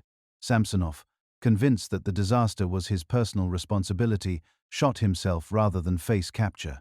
Tannenberg was a devastating blow to Russian morale and an enormous boost to German confidence in the East, but it did not end Russian military activity on the Eastern Front. The massive Austro-Hungarian campaign against Serbia had meanwhile gone disastrously wrong. The Habsburg armies had been repulsed with heavy losses by the Serbian army in the battles of Sur and the Drina in August 1914, a humiliation that highlighted the fundamental military weakness of Austria-Hungary and confirmed that German assistance would be essential for any successful Austro-Hungarian operations. Russia achieved significant success against Austria-Hungary in the opening phase of the war. The Brusilov Offensive of June to September 1916, named after its architect, General Alexei Brusilov, who developed an innovative tactical approach that synchronized attacks across a broad front rather than concentrating at a single point in the conventional manner, was the most successful Allied offensive operation of the entire war. Russian forces advanced up to 100 kilometers in some sectors, capturing approximately 400,000 Austro-Hungarian prisoners and inflicting total casualties estimated at over 1.5 million on the Habsburg army. The offensive came close to knocking Austria-Hungary out of the war entirely, and it forced Germany to divert forces from the Western Front including from the Battle of Verdun, to stabilize the eastern situation. But the Brusilov offensive, for all its tactical success, also accelerated Russia's military collapse by consuming the last reserves of manpower and material that the Russian army could deploy. By the end of 1916, Russia had suffered approximately 5 million casualties killed, wounded, and captured since the beginning of the war. The Russian army was increasingly an army in name only, filled with inadequately trained, poorly equipped conscripts who had seen their officers killed and their units destroyed, who had been given impossible orders by commanders who lacked the resources to support their stated objectives, and who were increasingly questioning why they were fighting a war that seemed to have no prospect of success and no benefit for the common Russian soldier or the vast peasant population from which most of them came. After years of slow but unmistakable decline, the Ottoman Empire was no longer the dominant power it had once been. By 1914, European diplomats had been calling it the sick man of Europe, for generations a once vast empire whose territories had been steadily eroding through the 19th century as European powers encroached on its North African and Balkan possessions, and as internal nationalist movements demanded independence from Istanbul's increasingly ineffective central authority. The empire still controlled enormous territories, the entire Arab Middle East from Anatolia south through Syria, Palestine, Mesopotamia, and the Arabian Peninsula, but its economy was weak, its military was inadequate, its bureaucracy was corrupt, and its government was dominated by the three pashas of the Committee of Union and Progress, Enver Pasha, Talat Pasha, and Cemal Pasha, the leaders of the Young Turk movement who had seized effective control of the empire in a coup in 1913. The Ottoman leadership's decision to enter World War I on the side of Germany and Austria-Hungary was neither inevitable nor universally supported within the government, but it reflected a specific strategic calculation. The Ottomans feared Russia more than any other power. Germany was Russia's enemy, and Germany's early military successes suggested that aligning with the Central Powers offered the best chance of Ottoman survival and perhaps territorial recovery. The Germans had been cultivating Ottoman goodwill for years through the construction of the Baghdad Railway, a project that would have connected Istanbul to the Persian Gulf and given Germany economic access to the resources of Mesopotamia through the provision of military training missions and through various financial arrangements that had given German interests a significant stake in the Ottoman economy. The dramatic episode of two German warships, the Goeben and the Breslau, which had been operating in the Mediterranean when war broke out and which escaped the pursuing British fleet by racing to the Turkish-controlled Dardanelles, provided both the immediate occasion and the practical mechanism for Ottoman entry into the war.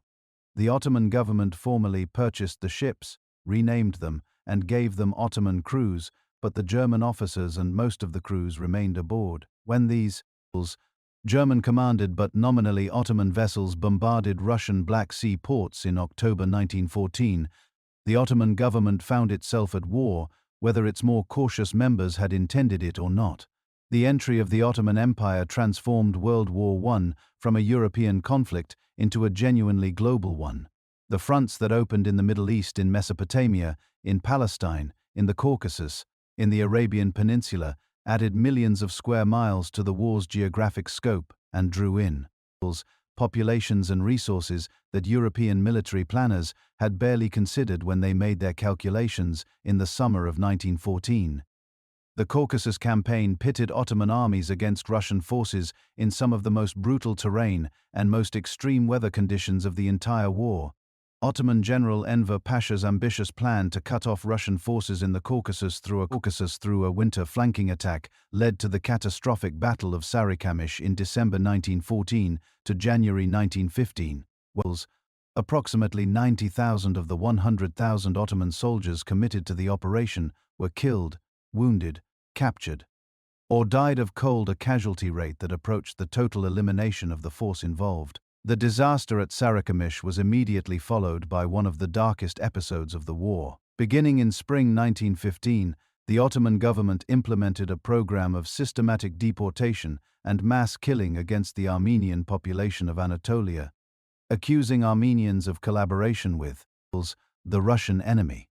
The Armenian genocide, the murder of an estimated 600,000 to 1.5 million Armenians through mass killings, death marches, and deliberate starvation, was the worst atrocity committed by any government during World War I, and remains one of the most contested and painful historical memories of the 20th century. By early 1915, with the Western Front locked in its deadly stalemate and the Eastern Front consuming Russian manpower at a rate that threatened Russia's continued participation in the war, Allied strategic planners were desperate for an alternative approach, some way to break the deadlock without repeating the frontal assaults on prepared positions that had already proved so costly in France and Belgium. Winston Churchill, First Lord of the Admiralty and one of the most creative strategic thinkers in the British government, proposed a solution that seemed to offer exactly what was needed: a naval assault on the Dardanelles, the narrow strait connecting the Aegean Sea to the Sea of Marmara, and ultimately to Istanbul, that would open a supply route to Russia through the Black Sea, threaten the Ottoman capital directly, and potentially knock the Ottoman Empire out of the war while opening a southern flank against Austria-Hungary through the Balkans. The idea had genuine strategic logic. The problem was in the execution. The naval bombardment of the Dardanelles forts, which began in February 1915, made initial progress but revealed the strength of those Ottoman coastal defenses and the danger posed by mines in the strait.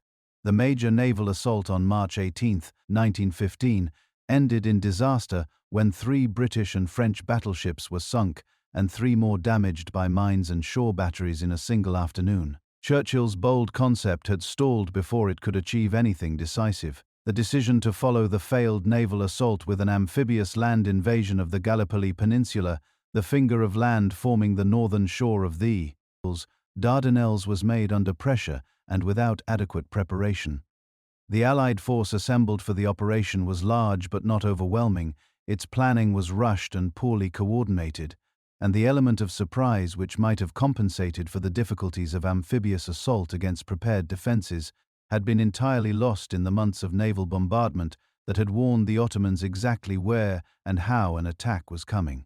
The landings of April 25, 1915 now commemorated as Anzac Day throughout Australia and New Zealand, one of those national days of remembrance that carry more emotional weight than most public holidays, put Allied troops ashore at Cape Helles at the southern tip of the peninsula and at what became known as Anzac Cove, where the Australian and New Zealand Army Corps, Anzac, landed on a narrow beach below towering cliffs that the Ottoman defenders commanded from above. The terrain was everything that an attacking force dreads: steep hills, ravines, minimal cover.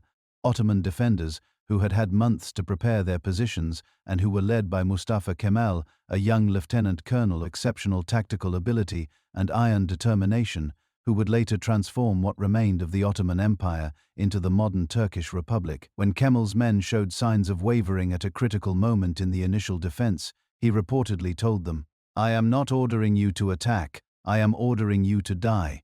In the time that passes, until we die, other troops and commanders can come forward and take our places." The Anzac forces gained a beachhead, but could not advance from it against the Ottoman positions on the commanding heights above. The British forces at Cape Helles found similar difficulties: heavily fortified beaches, intensive machine gun and artillery fire, the impossibility of moving inland against defenders who held every piece of high ground. Within days, the pattern that characterized the entire Gallipoli campaign was established. Allied forces held narrow beach positions, unable to break through to the heights above them, subjected to constant artillery and sniper fire, and suffering the same diseases and supply difficulties that made life in the trenches of the Western Front so miserable, with the additional challenges of intense summer heat, a chronic water shortage, and the particular misery of flies that bred in the latrines and the unburied dead with equal indifference. The failure of Earl's major offensive in August 1915, which included a landing at Suvla Bay, in addition to attacks from the existing Anzac and Cape Helles positions, demonstrated conclusively that the Gallipoli campaign could not achieve its objectives. The Suvla Bay landing, which initially faced minimal opposition, was thrown away by the hesitant and confused leadership of the commanders on the spot, who failed to advance from the beaches before Ottoman reinforcements arrived to block them. The opportunities that had briefly existed were lost, and the campaign settled back into the grinding defensive stalemate that it had maintained since April. By December 1915, after 8 months of fighting that had cost the Allies approximately 250,000 casualties killed, wounded, and sick, and the Ottoman defenders similar or greater losses, the decision was made to evacuate. In a remarkable operation that stands in stark contrast to the chaos and mismanagement that had characterized most of the campaign, the evacuation of approximately 80,000 troops from the Gallipoli beachheads was conducted without a single combat casualty, the one unqualified Allied success of the entire Gallipoli operation.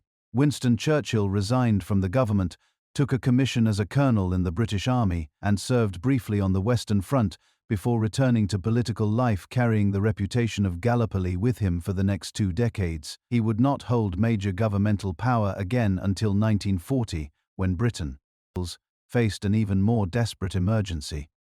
For Australia and New Zealand, Gallipoli had a meaning that transcended military failure.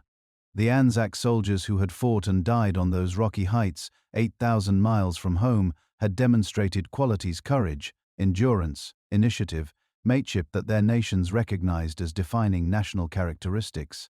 April 25th, the day of the landings, became and remains Anzac Day, the most solemn day in the Australian and New Zealand calendars, observed with a depth of feeling that distinguishes it from purely ceremonial occasions. As the echoes of artillery faded from Gallipoli's rocky shores and the front lines of the Western Front settled into their murderous routine, another dimension of the war was unfolding across the world's oceans, a dimension less visible than the battles in France and Belgium, less dramatic than the charges and countercharges of the Eastern Front, but in many ways equally decisive in determining the war's ultimate outcome.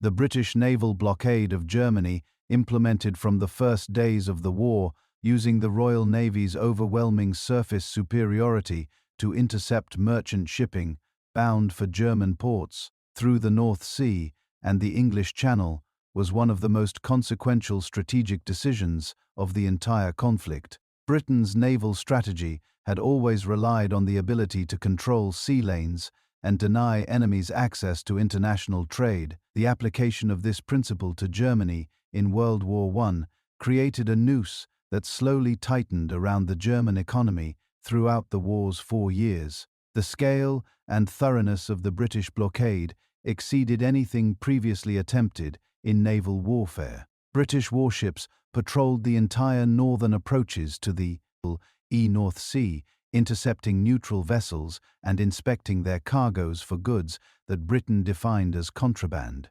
The definition of contraband was progressively expanded throughout the war to include food, cotton, and virtually any commodity that might conceivably contribute to the German war effort. Neutral nations, particularly the United States, which had significant trade interests with both sides, protested vigorously, but Britain essentially told them that the laws of neutrality had to yield to the necessities of a conflict for national survival. The effects on the German economy were severe and cumulative. By 1916, German imports had fallen to approximately half their pre-war volume. Food supplies were increasingly strained as imports of fertilizers and animal feed essential for maintaining agricultural productivity were cut off. The winter of 1916 to 1917, known in Germany as the Turnip Winter, was marked by genuine civilian hunger as the staple food supply collapsed. The German potato crop had failed, food substitutes were of poor quality and inadequate quantity, and the civilian population was consuming approximately 1,000 calories per day, roughly half the recommendation, dead minimum. Malnutrition, infant mortality, and deaths from tuberculosis and other diseases related to poor nutrition all increased significantly. An estimated 750,000 German civilians died from hunger and disease related to the blockade's effects during the war, a figure that helps explain the bitterness with which German public opinion later received the Allied insistence on maintaining the blockade even after the armistice. Germany's response to the naval blockade was the submarine, the Unterseeboot, or U-boat, the one weapon system, that could potentially match Britain's naval superiority by operating below the surface, where surface vessels could not easily find or attack it. German submarine commanders quickly demonstrated the terrifying effectiveness of their weapon. A single torpedo, fired from an invisible position, could sink the largest merchant vessel in minutes. And unlike the direct naval confrontation that Germany had no hope of winning, submarine warfare could be conducted by a relatively small number of boats against a target-set Allied merchant shipping that was enormous, dispersed across all the world's oceans, and impossible to adequately protect with conventional, now naval forces. The German declaration of a war zone around the British Isles in February 1915, within which any vessel would be attacked without warning, marked the beginning of unrestricted submarine warfare, the most controversial naval strategy of the war. Its most notorious early consequence was the sinking of the RMS Lusitania on May 7, 1915. The Lusitania was a British ocean liner at the time of her maiden voyage in 1906, the largest passenger ship in the world that was making her 202nd transatlantic crossing when a single torpedo from U-20, fired without warning off the southern coast of Ireland, struck her and caused a secondary explosion that sank her in 18 minutes. Nearly 1,200 of the 1,959 people aboard died, including 128 American citizens. The German government argued that the Lusitania was a legitimate military target. It was carrying military munitions in its cargo, which subsequent research has largely confirmed, but the indiscriminate killing of civilian passengers, including women and children, generated a wave of outrage in the United States and other neutral countries that Germany could not afford to ignore. Under intense diplomatic pressure from Washington, Germany agreed in the Sussex Pledge of May 1916 to restrict submarine attacks to military vessels and merchant ships that could be properly inspected. The pause in unrestricted submarine warfare bought time, but it did not solve Germany's fundamental strategic problem. By early 1917, Germany's military situation had become sufficiently desperate that the High Da Command was willing to gamble everything on a renewal of unrestricted submarine warfare, accepting the near certainty that it would bring the United States into the war in exchange for the petit de, into submission before American military power could make a decisive difference. The calculation was explicit in the German military's analysis. If submarines could sink 600,000 tons of Allied shipping per month, the figure that the naval staff estimated would reduce British food and raw material imports to unsustainable levels. Britain would be forced to seek peace within 6 months. Even if the United States entered the war, it would take at least a year for American forces to arrive in Europe in significant numbers. Germany bet that it could win before American power became decisive. The bet nearly sucked, ceded. In April 1917, the first full month of unrestricted submarine warfare, U-boats sank 860,000 tons of shipping, exceeding even the High Command's optimistic projections. British food reserves were falling at an alarming rate. Convoys of merchant ships were routing around the most dangerous areas, extending journey times and reducing throughput. The Admiralty estimated that Britain had approximately 6 weeks of food reserves remaining at current rates of loss. The response that ultimately saved Britain, and with it the Allied cause, was the convoy system. Instead of allowing merchant ships to sail independently and making each one a separate target for U-boats, the Admiralty began grouping merchant vessels into large convoys escorted by destroyers and other anti-submarine vessels. The mathematical logic of this change was compelling. The U-boat captain who attacked an independently sailing merchant ship in a shipping lane encountered a target with some reasonable probability. The U-boat captain who attacked a convoy encountered both the merchant ships and the destroyer escorts, dramatically increasing his risk. The convoy system reduced shipping losses sharply from approximately 860,000 tons in April 1917 to approximately 289,000 tons by December, and the crisis of the submarine war passed. Combined with improved technologies, depth charges that could be set to explode at specific depths, hydrophones that could detect submarine propeller sounds, and eventually the primitive sonar systems that would evolve into the ASD-1C of World War II, the convoy DBT, the convoy system gave the Allies the means to manage the submarine threat even if they could not entirely eliminate it. Germany's last great gamble had failed. At the beginning of World War I, the airplane was barely a decade old. The Wright brothers had made their first powered flight in December 1903, 11 years before the outbreak of the war, and while aviation technology had progressed remarkably in that decade, aircraft in 1914 were still fragile, unreliable, slow, and limited in their operational range and payload. The military establishment of every European power had observed the potential of aviation but had not yet developed doctrines for its systematic use. Airplanes were assigned primarily to reconnaissance duties, flying above the battlefield to observe enemy movements, report on artillery fire accuracy, and provide information that ground-based observers could not obtain. This limited vision of air power was overtaken by operational reality almost immediately. The value of reconnaissance aircraft quickly became obvious to both sides, as did the corresponding value of preventing the enemy from obtaining the information that those aircraft provided. Ground-based fire rifle and machine gun fire from soldiers who tried to shoot down enemy aircraft as they flew overhead proved largely ineffective against moving targets at altitude.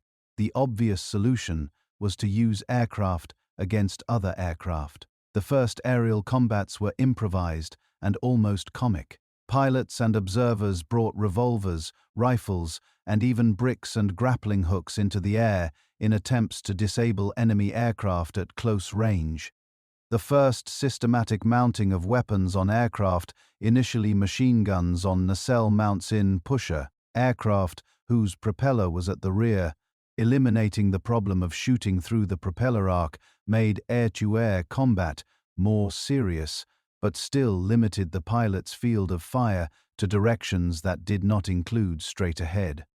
The technological breakthrough that transforms med-air warfare was the interrupter gear, independently developed by both the French engineer Raymond Saulnier and the Dutch aircraft designer Anthony Fokker, working from Saulnier's concept in 1915.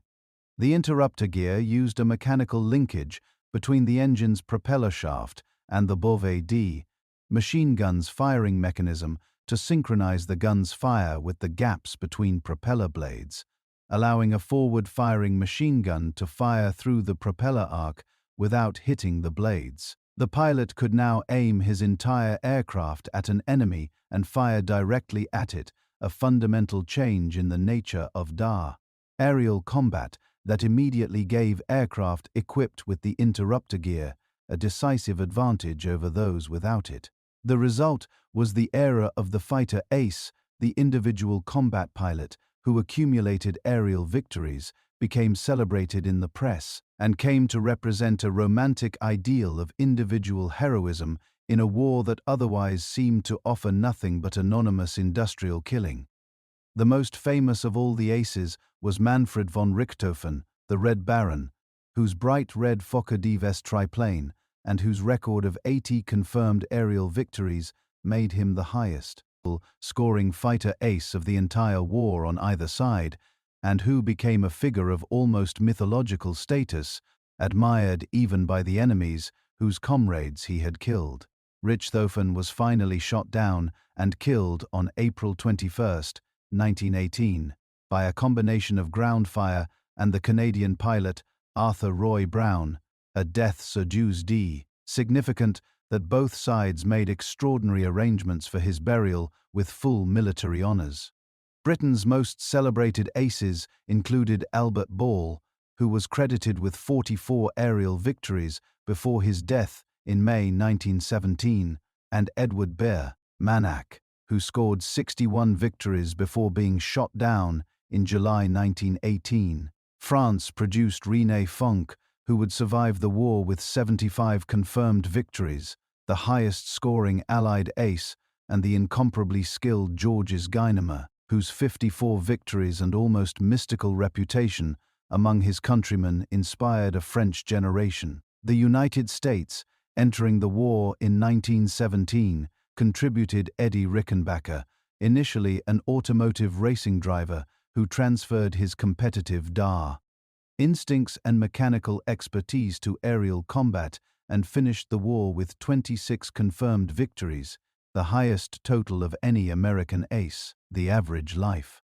expectancy of a new pilot on the Western Front in the most dangerous periods of the air war, notably during the Allied offensives of 1917, when German aerial superiority at certain periods created what RFC pilots called Bloody April, was measured in weeks.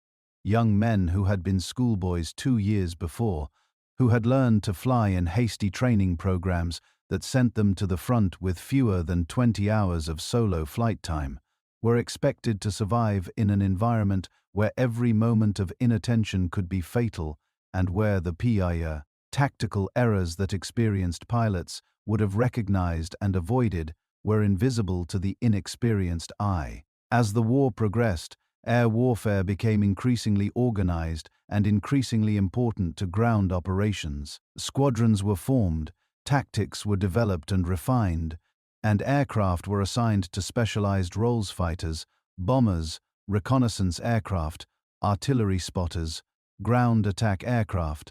The principle of air superiority that controlling the sky over a battlefield gave the army below a critical operational advantage in terms of reconnaissance, artillery direction, and freedom of movement was established as a mental principle of military aviation that has never been seriously questioned since.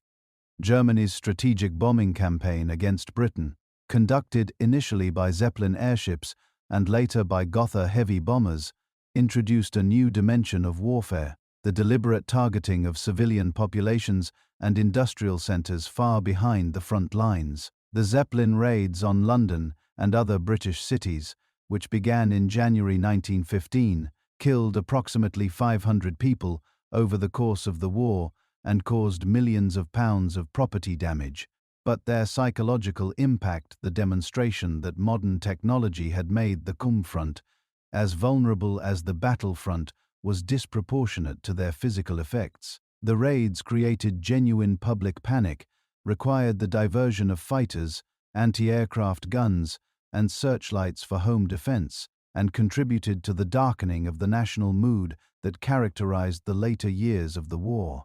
While soldiers fought and died in the trenches of the Western Front, on the vast plains of the Eastern Front, in the mountains of the Caucasus, and on the beaches of Gallipoli, another kind of war was being fought by the hundreds of millions of civilians in the belligerent nations who would never hold a rifle or hear a shell explode overhead, but whose contributions in labor, in sacrifice, in sustained emotional endurance were absolutely essential to keeping the armies fighting. The most fundamental transformation of civilian life was the shift to a war economy.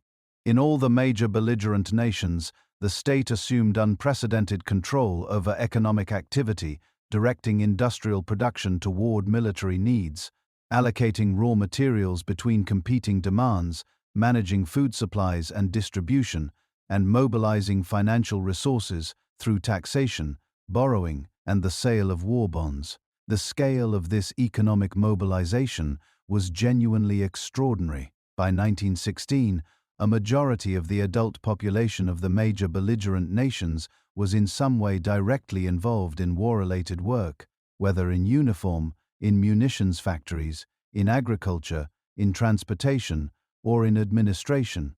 Rationing of food and consumer goods was introduced in all the major countries in Germany from 1916 onward, when the effects of the British blockade began to be felt severely, and in Britain, France, and the other Allied nations.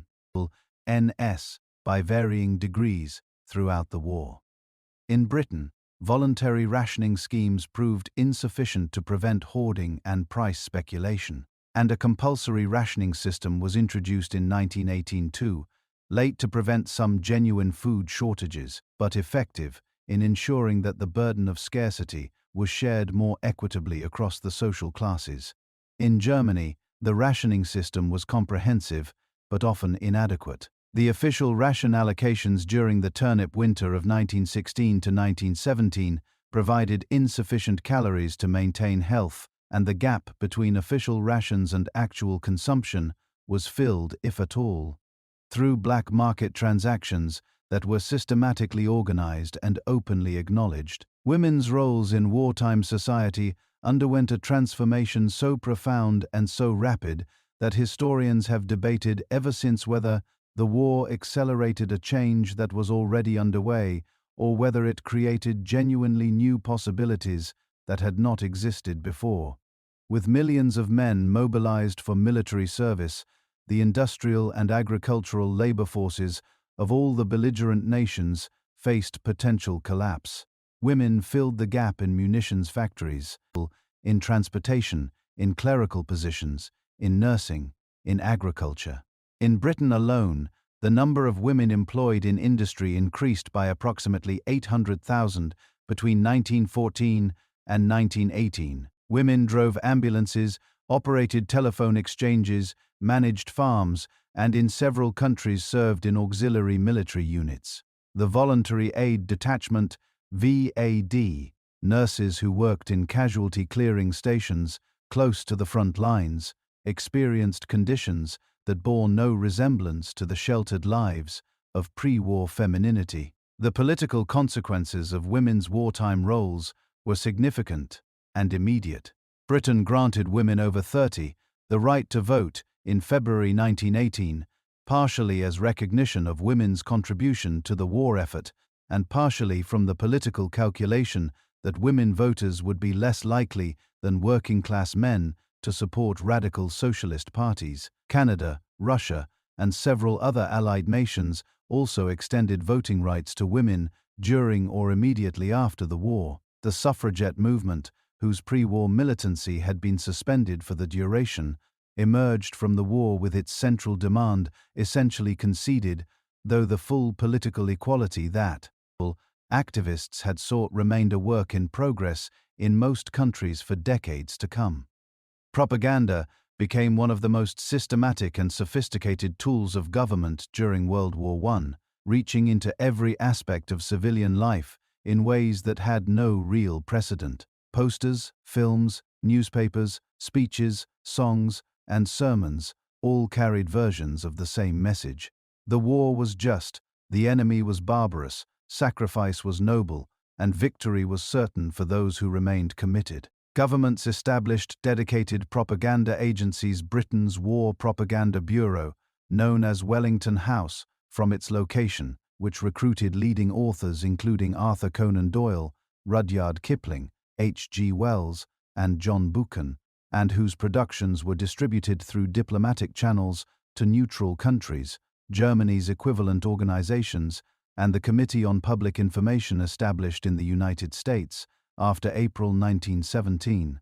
The targeting of civilian populations by aerial bombardment and by long-range artillery introduced a new dimension of fear to home front life. The Zeppelin raids on Britain, the German bombardment of Paris by the Paris gun in spring 1918, the aerial attacks on cities throughout the war zones all demonstrated that the distinction between the battlefield and the home front, which earlier wars had maintained with some reliability, had been abolished by modern technology. Blackout regulations, air raid drill procedures, and the construction of shelters became standard features of civilian life in most belligerent nations. The weight of personal loss bore down on every community. The casualty lists that appeared in newspapers growing steadily longer and more comprehensive as the war consumed its human resources told individual families what they already feared, that their fathers, brothers, sons, and husbands had been killed, wounded, or listed as missing in action. The last a category whose terrible ambiguity: they might be alive as prisoners, they might be dead, their bodies never identified, was in some ways the most agonizing of all. The social rituals of mourning, the wearing of black, the black-bordered stationery, the removal of the deceased's photograph from the mantelpiece were enacted in millions of homes simultaneously, a collective grief that was recognized but never fully addressed by wartime governments too concerned with maintaining morale to acknowledge the scale of what was being lost. The United States had watched the European war from across the Atlantic with a mixture of genuine horror at the carnage, self-congratulatory relief at being safely distant from it, and economic calculation about the opportunities it offered. American manufacturers and farmers found the European war enormously profitable. Britain and France were buying American food, raw materials, weapons, and industrial goods on a scale that transformed the American economy from a significant debtor nation to a significant creditor nation in the space of 3 years. American banks, most prominently J.P. Morgan and Company, which served as the primary financial agent for British and French war purchases, were arranging enormous loans that financed the Allied Breit program and created American economic ties to Allied success that were difficult to ignore when the question of intervention arose. President Woodrow Wilson, a Virginia-born Presbyterian intellectual and former academic whose foreign policy was shaped by a genuine idealism that believed American power should be used to make the world safe for democratic governance and the peaceful resolution of disputes, had campaigned for re-election in 1916 on the slogan, "He kept us out of war," and had won a narrow victory over the Republican candidate Charles Evans Hughes, partly on the strength of that appeal to American neutrality sentiment. Wilson genuinely did not want to take the United States into the European war, and he spent the final months of 1916 attempting to act as a mediator between the warring parties, proposing peace without victory as the basis for a negotiated settlement that would leave neither side permanently humiliated. But 2 developments in early 1917 made neutrality effectively untenable. The first was Germany's resumption of unrestricted submarine warfare on February 1. The German High Command had calculated with full awareness of the diplomatic consequences that sinking enough Allied shipping quickly enough to force Britain to the negotiating table was worth the price of bringing the United States into the war, since the U-boats could do their decisive damage before American forces could be trained, transported, and deployed in significant numbers. The calculation proved wrong, but its immediate impact was to see American vessels and citizens at risk every time they crossed the Atlantic. The second development was the Zimmermann telegram, a secret diplomatic communication. From German Foreign Secretary Arthur Zimmermann to the German ambassador in Mexico City, intercepted and decoded by British Naval Intelligence's Cryptography Section, Room 40, and passed to the American government in late February 1917. The telegram proposed that, in the event of American entry into the war, Germany would support Mexico in recovering the territories it had lost to the United States in the Mexican-American War of 1846 to 1848, specifically Texas, New Mexico, and Arizona. When the telegram's contents were made public, the American reaction was furious. A foreign power had attempted to organize a military alliance against the United States on American soil. President Wilson, his patience with German submarine warfare already exhausted by the ongoing violations of the principle of freedom of the seas that he had staked his neutrality policy on, went before a joint session of Congress on April 2, 1917, and asked for a declaration of war against Germany. His speech, one of the finest examples of political rhetoric in American history, articulated the moral case for American intervention in terms that resonated with the American self-image as a defender of liberty and democratic governance. The world must be made safe for democracy. Its peace must be planted upon the tested foundations of political liberty. 4 days later, Congress voted to declare war. American military intervention changed the war's trajectory in ways that transcended the immediate military contribution of American forces, though that contribution was eventually decisive. The AEF, American Expeditionary Forces, that General John J. Pershing commanded in France, grew from a handful of units in mid-1917 to more than 2 million men by the armistice in November 1918. In the critical battles of the summer and autumn of 1918, American forces participated in virtually every major Allied offensive and contributed materially to the momentum that the 100 Days Offensive maintained from August through November. But the psychological and strategic importance of American entry may have been even greater than the military contribution. It told the German High Command that the window for achieving a decisive victory before overwhelming Allied resources brought the war to a conclusion had effectively closed. It told the French and British armies, exhausted and in some cases on the verge of collapse after 3 years of attrition, that relief was coming, that the weight of the war would not have to be borne by European shoulders alone indefinitely. And it told the German people, who were suffering severely from the effects of the blockade, that their government had now brought the most powerful industrial nation in the world into the war against them. Wilson's vision for what American participation should mean in terms of the peace settlement was embodied in the 14 points, a program for post-war international order that he presented to Congress in January 1918.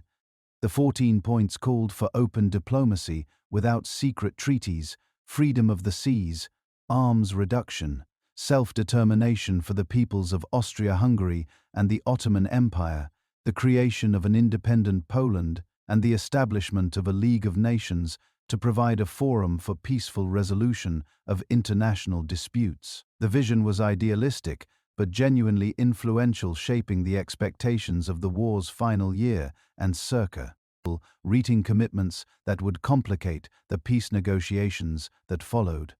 While the United States was preparing to enter the war on the Allied side with new energy and industrial power, on the other side of the world, Russia was entering its final catastrophic crisis, a collapse so total that it would remove Russia from the war entirely, transform it from a constitutional monarchy into a communist state, and establish the political and ideological framework that would shape international politics for the next 70 years. Russia's March Revolution of 1917, the events that forced Tsar Nicholas II to abdicate on March 15, was the product of 3 years of accumulated stress. The enormous military casualties, the economic disruption of wartime mobilization, the food shortages in the cities, the disconnection between the Tsar and the reality of what his country was experiencing, and the political incompetence of the court circle around Alexandra and the shadowy figure of Grigory Rasputin. When the workers of Petrograd went on strike in late February 1917, the usual mechanism of restoring order, troops summoned to fire on demonstrators, failed catastrophically when the soldiers refused to shoot and in many cases joined the protesters. Nicholas's authority evaporated overnight. The provisional government that replaced the Tsarist regime was composed of liberal and moderate socialist politicians who made 2 decisions that proved fatal. They continued the war, honoring Russia's alliance commitments and hoping that military success would consolidate the new government's legitimacy, and they postponed fundamental social reforms until the convening of a constituent assembly that would decide the country's political future democratically. Both decisions were strategically defensible in theory and disastrous in practice. Russian soldiers and workers did not want more war, they wanted peace, land reform, and an immediate improvement in their desperate circumstances. The Bolsheviks, Lenin's party, a tightly disciplined organization of professional revolutionary Marxists, exploited the provisional government's fatal irresolution with the tactical genius of a movement that had spent years preparing for exactly this moment. Lenin arrived at Petrograd's Finland station in April 1917, transported across Germany in a sealed train by the German government in what was on of history's more cynical pieces of political warfare. The Germans correctly calculated that Lenin's return to Russia would accelerate the collapse they needed to free themselves from the two-front war. His immediate declaration that the provisional government was illegitimate, that the war must end immediately, and that all power should pass to the Soviets, councils of workers and soldiers, provided a programmatic clarity that the socialists supporting the provisional government could not match. The Bolshevik seizure of power on November 7, 1917, October 25, by the old Russian calendar, hence October Revolution, was accomplished with surprisingly little violence in Petrograd itself, though it plunged Russia into years of civil war that would eventually cost millions of lives. Lenin's government immediately opened armistice negotiations with Germany, and on March 3, 1918, the Treaty of Brest-Litovsk formally ended Russia's participation in the war. The terms were extraordinarily harsh.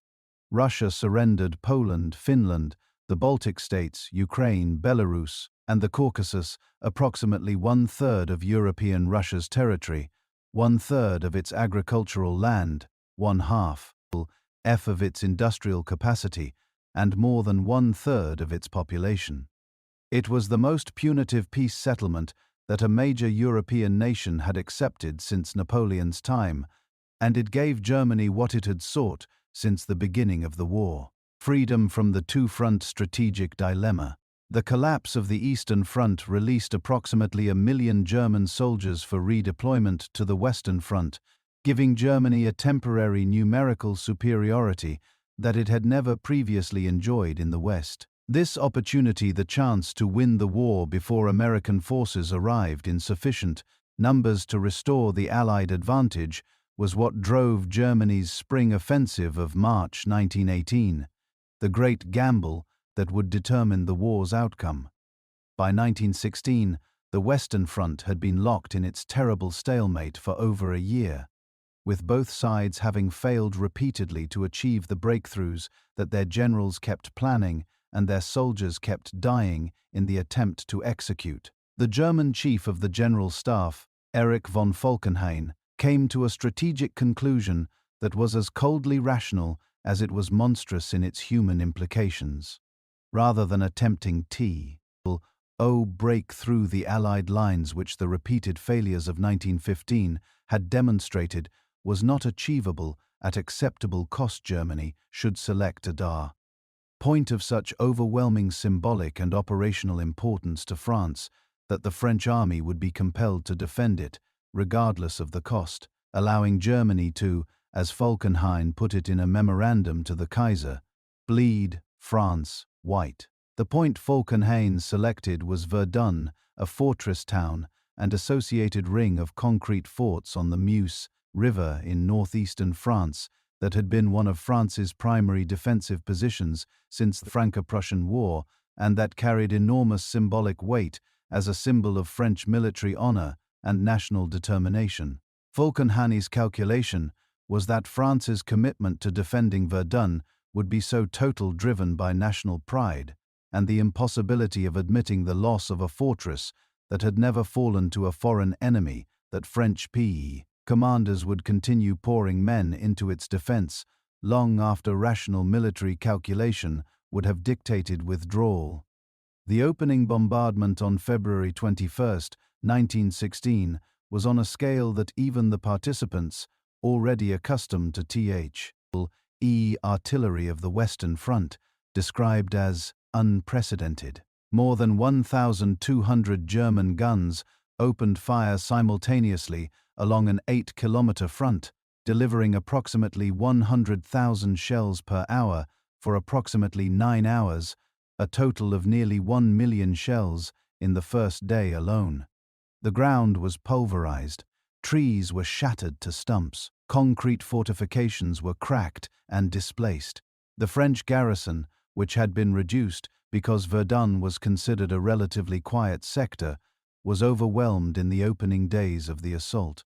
German forces captured Fort Douaumont, one of the principal fortifications in the ring, around Verdun, on February 25, in an operation so swift that the fort's skeleton garrison was essentially surprised and overwhelmed without meaningful resistance.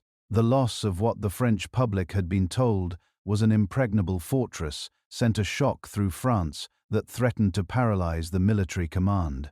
But the new French commander at Verdun, General Philippe Pétain, subsequently one of the most controversial figures in all of French history for his role as collaborationist leader of Vichy France in the Second World War, but in 1916, a genius, innately capable operational commander with a reputation for caring about the welfare of his men, organized the defense with systematic efficiency.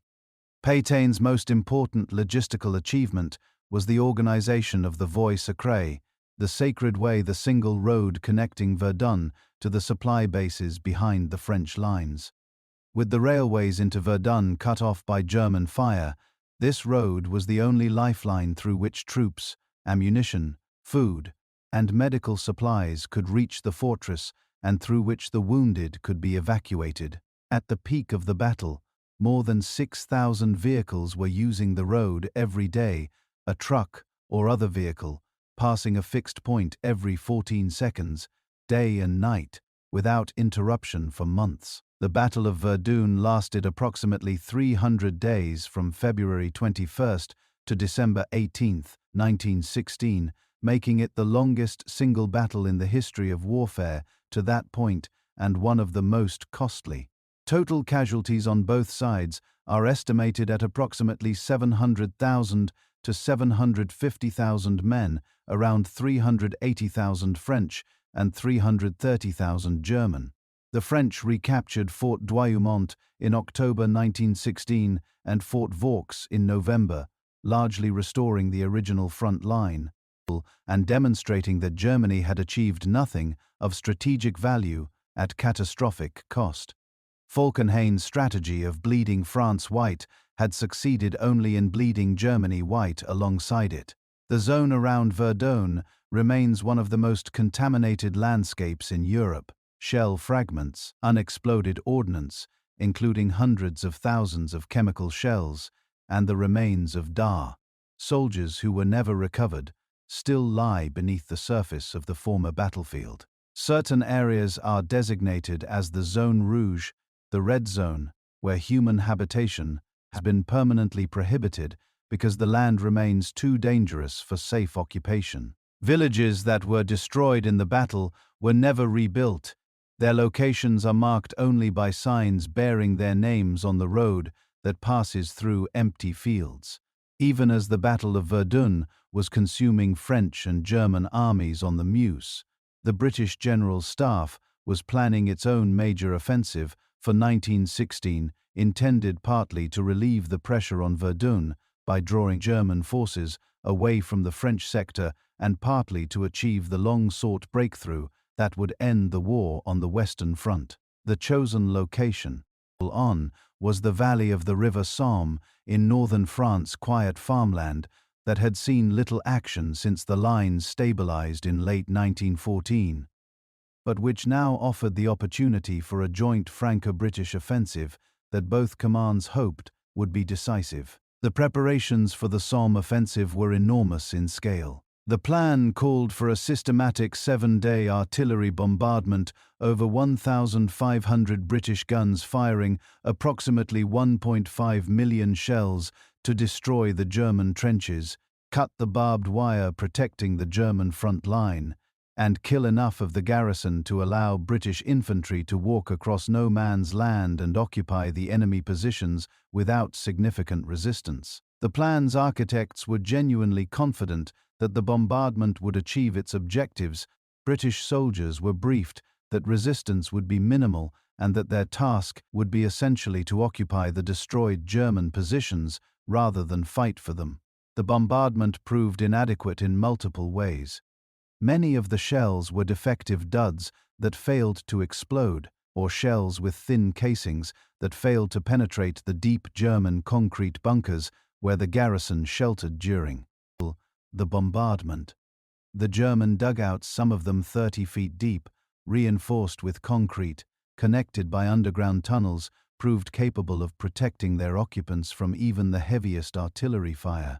When the bombardment lifted and the British infantry attacked, the German defenders emerged from their shelters, set up their machine guns, and opened fire. On July 1, 1916, at 7:30 a.m., the whistles blew all along the British sector of the Somme front, and approximately 120,000 British infantry climbed out of their trenches and began walking across no man's land toward the German lines. Many had been told to advance slowly and in formation because the bombardment would have eliminated any serious resistance.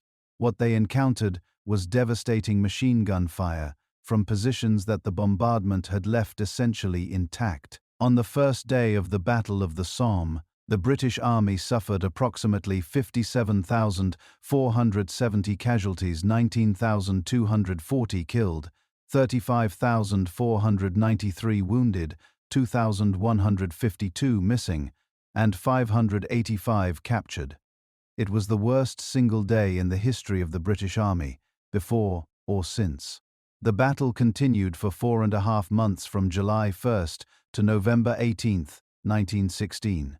In that time, the British line advanced approximately 12 kilometers at its deepest point, at a total Allied cost of approximately 620,000 British and French casualties and an estimated 450,000 to 680,000 German casualties. The British introduction of tanks during this battle on September 15, 1916, when 49 Mark I tanks took part in the attack near Flers-Courcelette, was the first use of armored vehicles in combat in military history.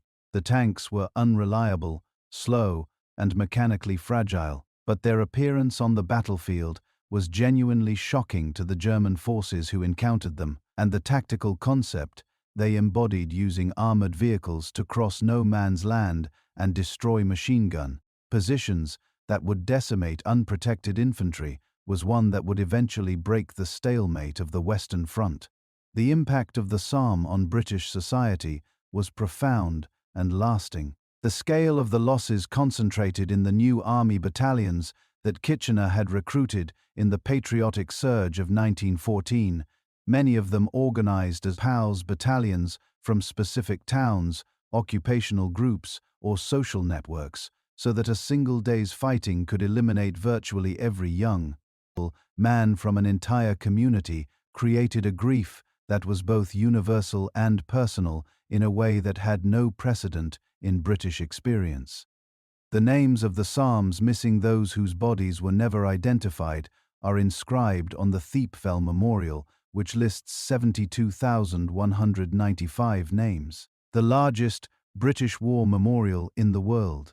After the bloody stalemates of the Somme and Verdun, after the failure of every conventional offensive to achieve the breakthrough that would end the war, military engineers and scientists on both sides devoted increasing energy to developing new weapons and new technologies that might succeed where traditional methods had failed.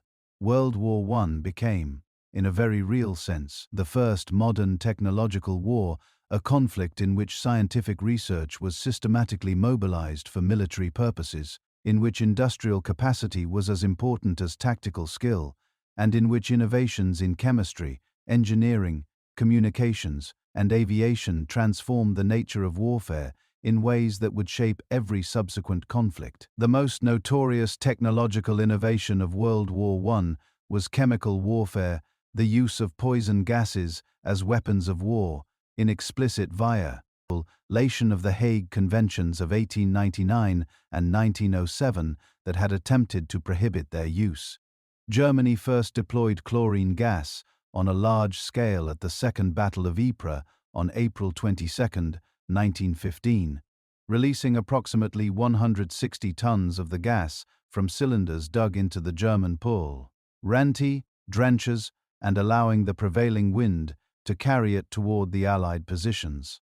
French and Algerian colonial troops, in the path of the greenish-yellow cloud, who had no warning, no protection, and no understanding of what was happening, suffered catastrophically. Those nearest to the gas release died of asphyxiation within minutes. Those further away fled in panic, creating a gap in the Allied line that the German infantry failed to exploit promptly enough to turn into a decisive breakthrough.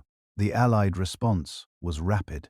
Improvised gas masks made of wet cloth soaked in sodium bicarbonate solution, progressing within months to the box respirators that became standard issue for all troops on both sides and that soldiers were required to carry at all times and to put on within seconds of a gas alarm. Both sides quickly developed more sophisticated chemical agents, phosgene, which was odorless, and AU, most indistinguishable from harmless mist, until its effects began killing its victims 12 to 24 hours later. And mustard gas, dichlorodiethyl sulfide, first deployed by Germany in July 1917, which was the most insidious of all the chemical weapons. Mustard gas was not immediately lethal in most concentrations, but it was a persistent blister agent that contaminated clothing, equipment, and soil for days, causing severe chemical burns to any exposed skin, permanently damaging eyes, and producing lung injuries that left survivors with permanent respiratory impairment. The psychological effect of gas, the constant uncertainty, the need to maintain gas discipline while performing every other physical demand of trench warfare, the terrible deaths that gassing produced was perhaps as significant as its direct physical casualties. Artillery technology advanced dramatically during the war. The guns that were being used by 1916 and 1917 were fundamentally different in scale and power from those that had opened the war. The development of heavier, longer-ranged pieces, the refinement of fire control and targeting methods, and above all the industrial production of shells in T-way, natures that would have seemed impossible in 1914, all contributed to making artillery the single most important weapon system on the Western Front. More than 60% of all the casualties of the First World War were caused by artillery fire, a statistic that captures better than almost any other the character of the war as primarily a contest of industrial firepower rather than of individual skill and courage. The development of the tank independently and simultaneously by British and French military engineers in 1915 and 1916 represented the most important tactical innovation of the war. The concept was straightforward.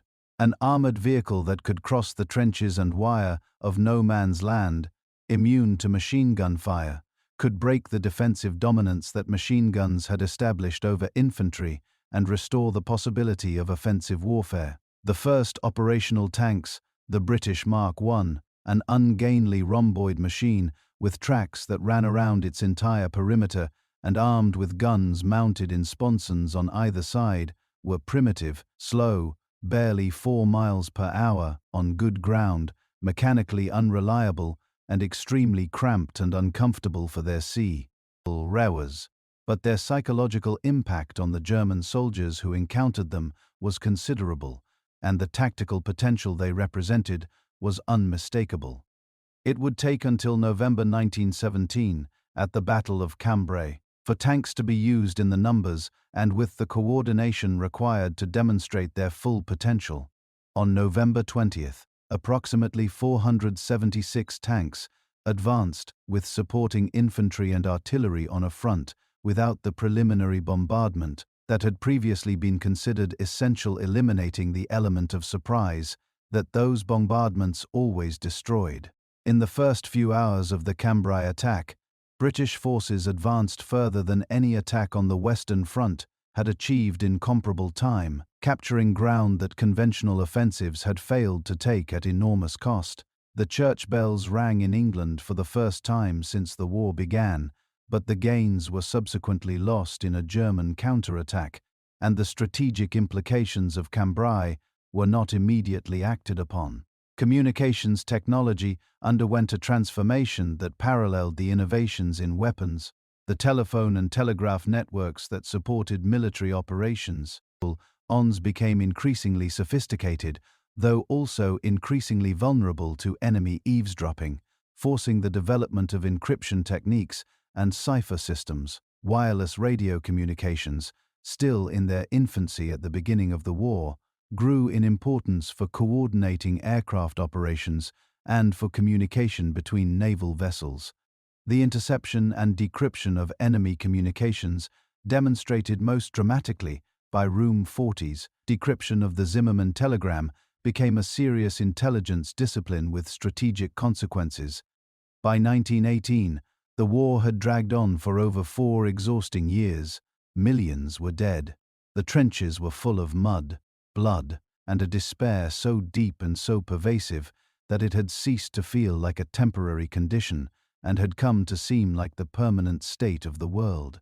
But the strategic situation was finally shifting in ways that, for the first time since the opening weeks of the war, gave the Allied High Command genuine grounds for optimism. Germany had gambled everything on the spring offensive of March to July 1918. Successive major attacks, codenamed Operation Michael and its successors, that used the stormtrooper tactics developed on the Eastern Front to achieve tactical penetrations of Allied lines that far exceeded anything the Western Front had previously seen.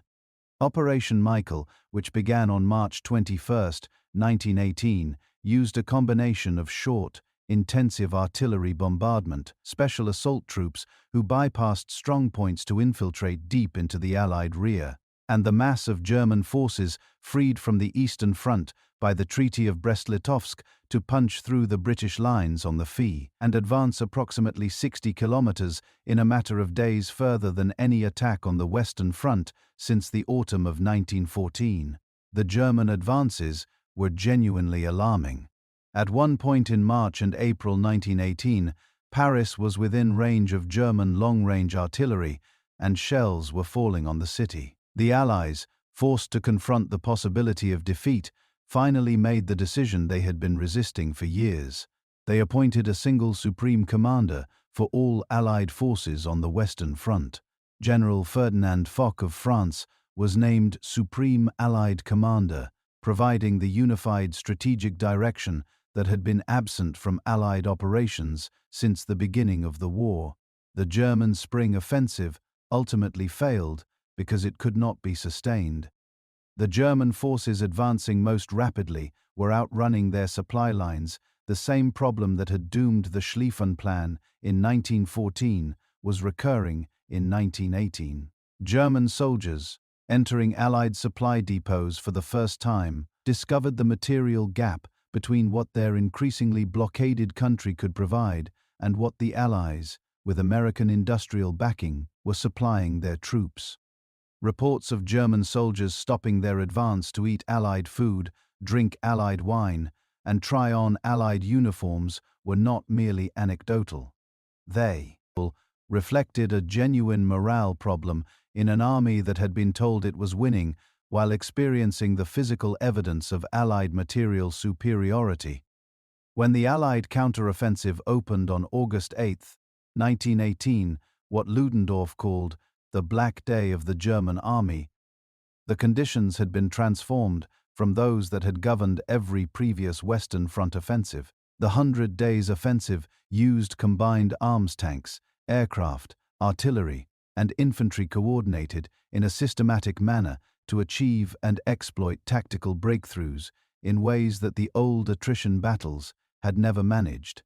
The Canadian Corps, the Australian Corps, and eventually the American Expeditionary Forces all contributed to a relentless series of attacks that kept the German army off balance, exploited gains before they could consolidate, and maintained a momentum that the German High Command could not stop. The Canadian Corps, which had developed a reputation as the most reliable offensive formation in the Allied armies, played a central role in the 100 Days.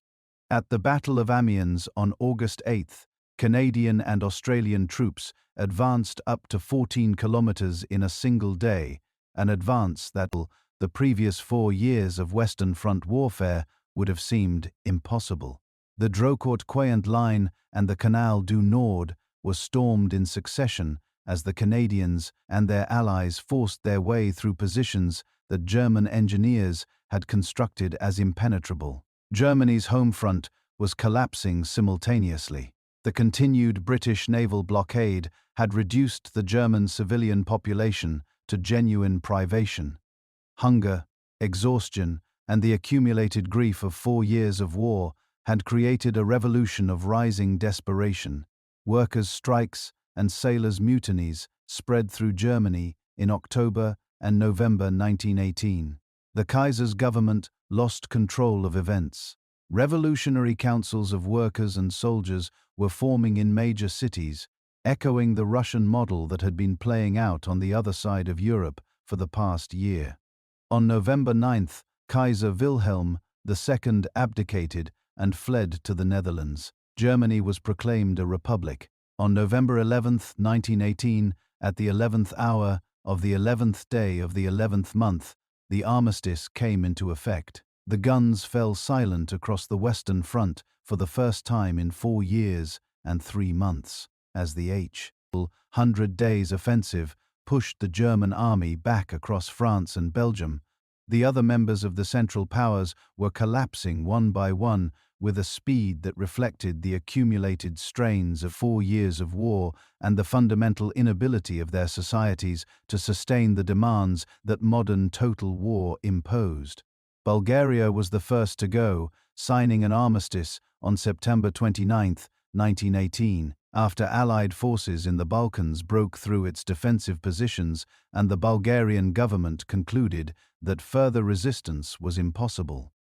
The Ottoman Empire followed on October 30, signing the Armistice of Mudros that ended its participation in the war after British forces had overrun Palestine and were advancing on Damascus and Aleppo, while Arab nationalist forces under the political guidance of the British liaison, Officer T. Lawrence had disrupted Ottoman communications throughout the Hejaz and Syria. Austria-Hungary, always the most politically fragile of the Central Powers, held together by dynastic loyalty and administrative habit rather than national identity, dissolved from within as the war entered its final phase. The nationalities that had been restive throughout he was now seized the opportunity of military defeat to declare independence. Czechoslovakia proclaimed itself an independent state on October 28. The state of Slovenes, Croats, and Serbs was established on October 29. Hungary declared independence from Austria on October 31.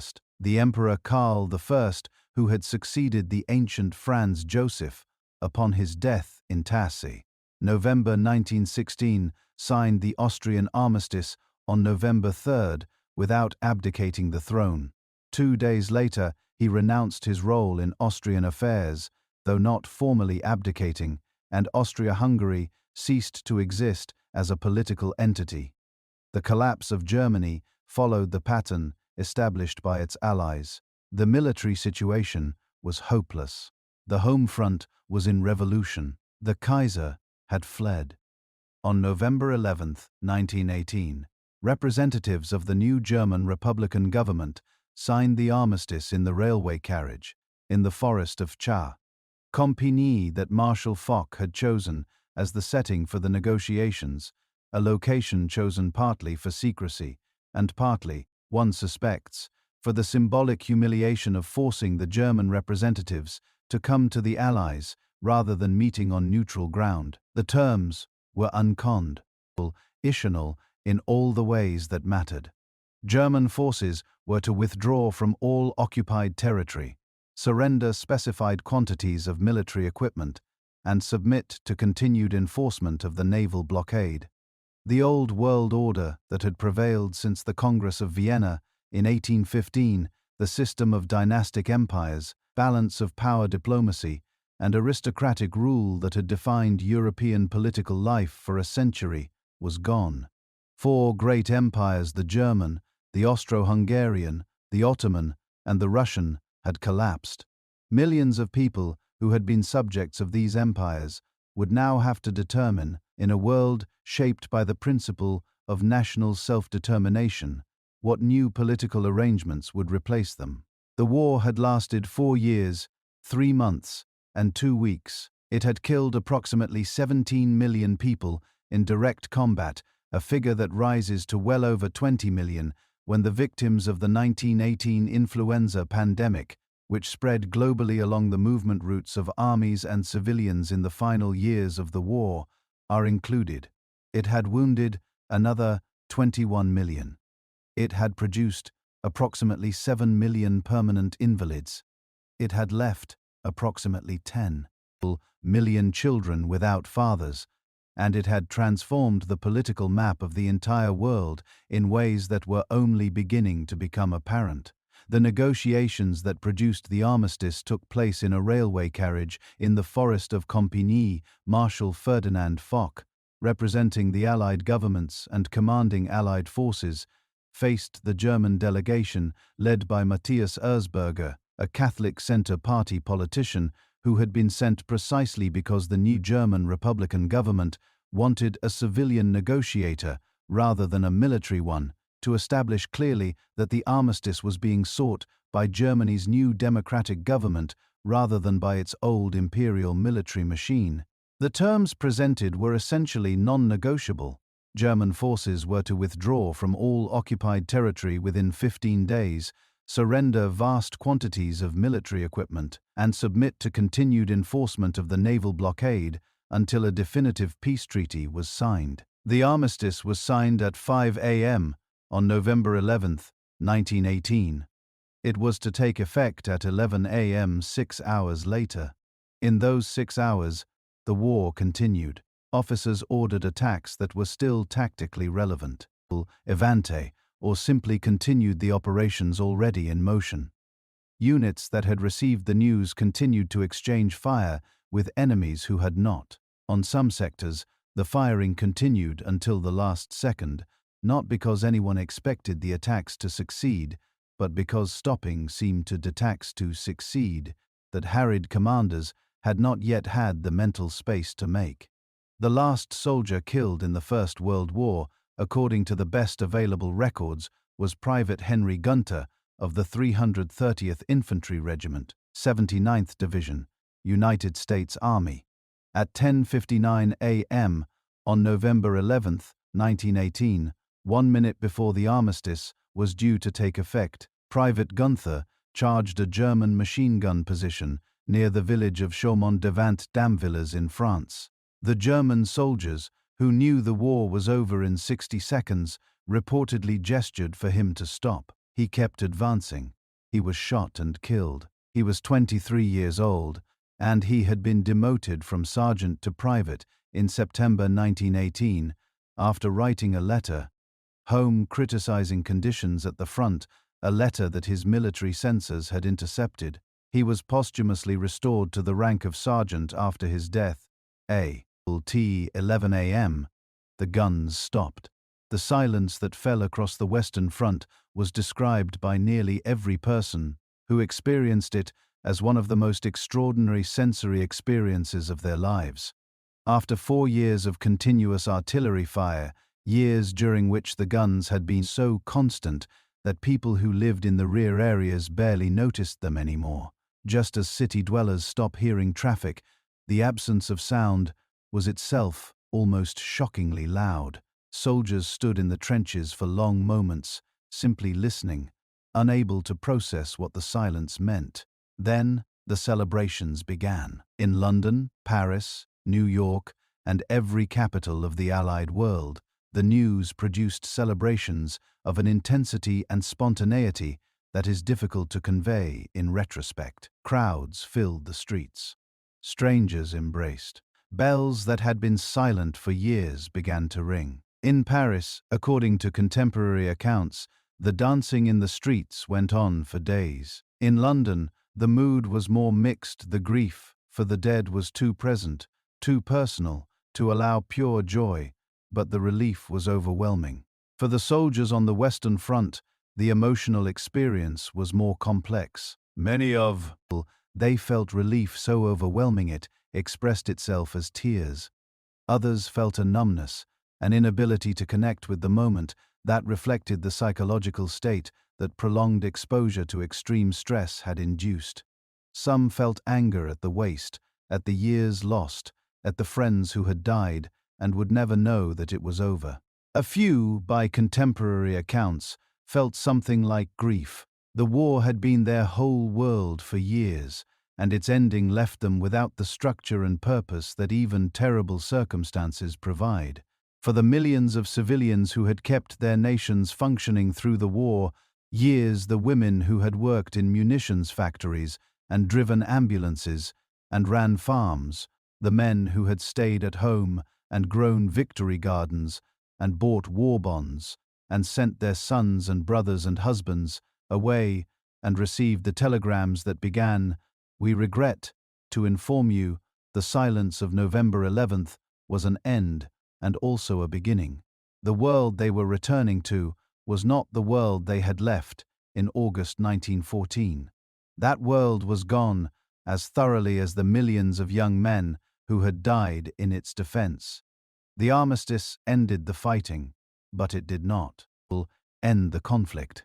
The peace that was eventually codified in the Treaty of Versailles, signed on June 28, 1919, in the Hall of Mirrors at the Palace of Versailles, exactly 5 years after the assassination of Franz Ferdinand, was shaped by the competing priorities of the victorious Allies, the practical impossibility of satisfying all the promises that had been made to various parties during the war, and the fundamental tension between the desire for punitive reparations that would compensate for the damage the war had caused and the need for a stable post-war order that could prevent another war. The Paris Peace Conference, which opened in January 1919, was the largest international gathering since the Congress of Vienna a century earlier. Representatives of more than 30 nations attended, but the effective decisions were made by the Council of Four, the leaders of the United States, Britain, France, and Italy. Woodrow Wilson, David Lloyd George, Georges Clemenceau, and Vittorio Orlando. Germany was not allowed to participate in the negotiations. Its representatives were summoned only to receive the completed treaty and were given a brief and ultimately futile opportunity to submit written objections before signing. The gulf between Wilson's idealism, embodied in his 14 points, and Clemenceau's determination to ensure that France would never again be invaded by Germany, was the central tension of the Paris negotiations.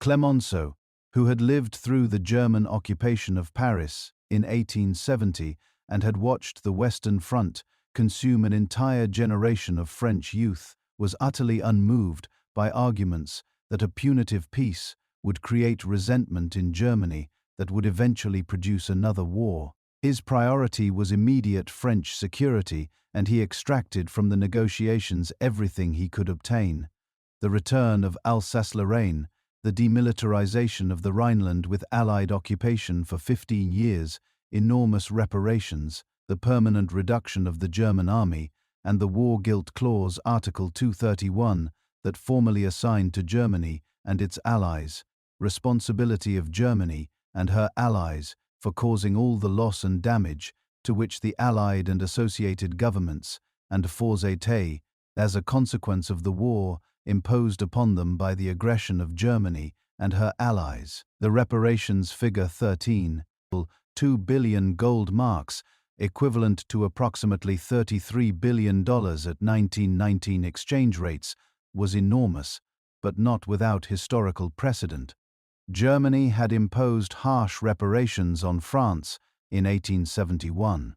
The economic historians who have studied the reparations issue most carefully have generally concluded that Germany could have paid the required amounts if it had chosen to organize its economy for that purpose, but that the political will to do so was absent from the beginning, partly because the German government and public had convinced themselves that the obligation was unjust. The hyperinflation of 1923 which destroyed the savings of the German middle class and contributed enormously to the political radicalization that eventually brought Hitler to power, was partly the result of deliberate German government decisions to print money rather than impose the taxation required to meet the reparations obligations. The territorial changes imposed by Versailles and the associated treaties were in many cases genuinely consistent with the Wilsonian principle of national self-determination, the restored Polish state, the independence of Czechoslovakia, the liberation of the Baltic nations, but, in other cases, created almost as many problems as they solved. The Polish corridor that gave Poland access to the sea necessarily cut through territory with a large German population. The Sudetenland regions of Czechoslovakia contained approximately 3 million Germans who had not been consulted about their inclusion in the new Czech state. Danzig, a predominantly German city at the mouth of the Vistula, was made a free city under League of Nations supervision rather than assigned to either Germany or Poland, pleasing neither. These arrangements provided the grievances that German revisionists and ultimately the Nazis would exploit in the 1930s. The League of Nations, Wilson's cherished mechanism for peaceful resolution of international disputes, was established as part of the Versailles settlement, but was immediately weakened by the U.S. Senate's refusal to ratify the treaty. The combination of Republican isolationism, Senate resentment of Wilson's failure to consult them during the negotiations, and specific objections to certain League provisions produced a failure of ratification that removed the most powerful democratic nation in the world from the international organization it had done the most to create. Wilson, who had suffered a severe stroke while on a nationwide tour to build public support for ratification, was unable to mount an effective political response. He spent the last year and a half of his presidency as an invalid, watching the Senate reject the work that had consumed the final years of his life. The financial legacy of World War I was as profound and as destructive as its military legacy, and in many ways more directly responsible for the conditions that made the Second World War possible. The war had been financed through a combination of taxation, domestic borrowing, and on the Allied side foreign borrowing, primarily from the United States. By 1918, Britain owed the United States approximately $4.7 billion. France owed even more. The Allied governments had promised themselves and their populations that Germany would pay for the war, that reparations would compensate for the enormous financial sacrifices that the conflict had required. The Treaty of Versailles attempted to translate that promise into legal reality. The Reparations Commission established under the treaty took until 1921 to set a final figure, 132 billion gold mark, S, to be paid in annual installments over a period of several decades. Germany made its first payments, but by 1922 was falling behind and requesting a moratorium. When France and Belgium responded by occupying the Ruhr Valley, Germany's industrial heartland, in January 1923, the German government responded by organizing passive resistance among the Ruhr workers and financing it by printing money. The result was the hyperinflation of 1923, one of the most financially destructive episodes in modern economic history. The exchange rate that had stood at approximately 4.2 marks to the dollar in 1914 reached 4.2 trillion marks to the dollar at the height of the inflation in November 1923. People carried currency in wheelbarrows to buy a loaf of bread. Savings accumulated over lifetimes became worthless in weeks. The middle class, the social group most dependent on savings and fixed incomes, and the group that would form the core of Nazi support in the early 1930s, was economically annihilated. The Dawes Plan of 1924 and the Young Plan of 1929 attempted to restructure the reparations payments into manageable schedules and provided American loans to Germany that helped stabilize its economy. During the relatively prosperous years of the mid-1920s, But these arrangements created a circular financial structure.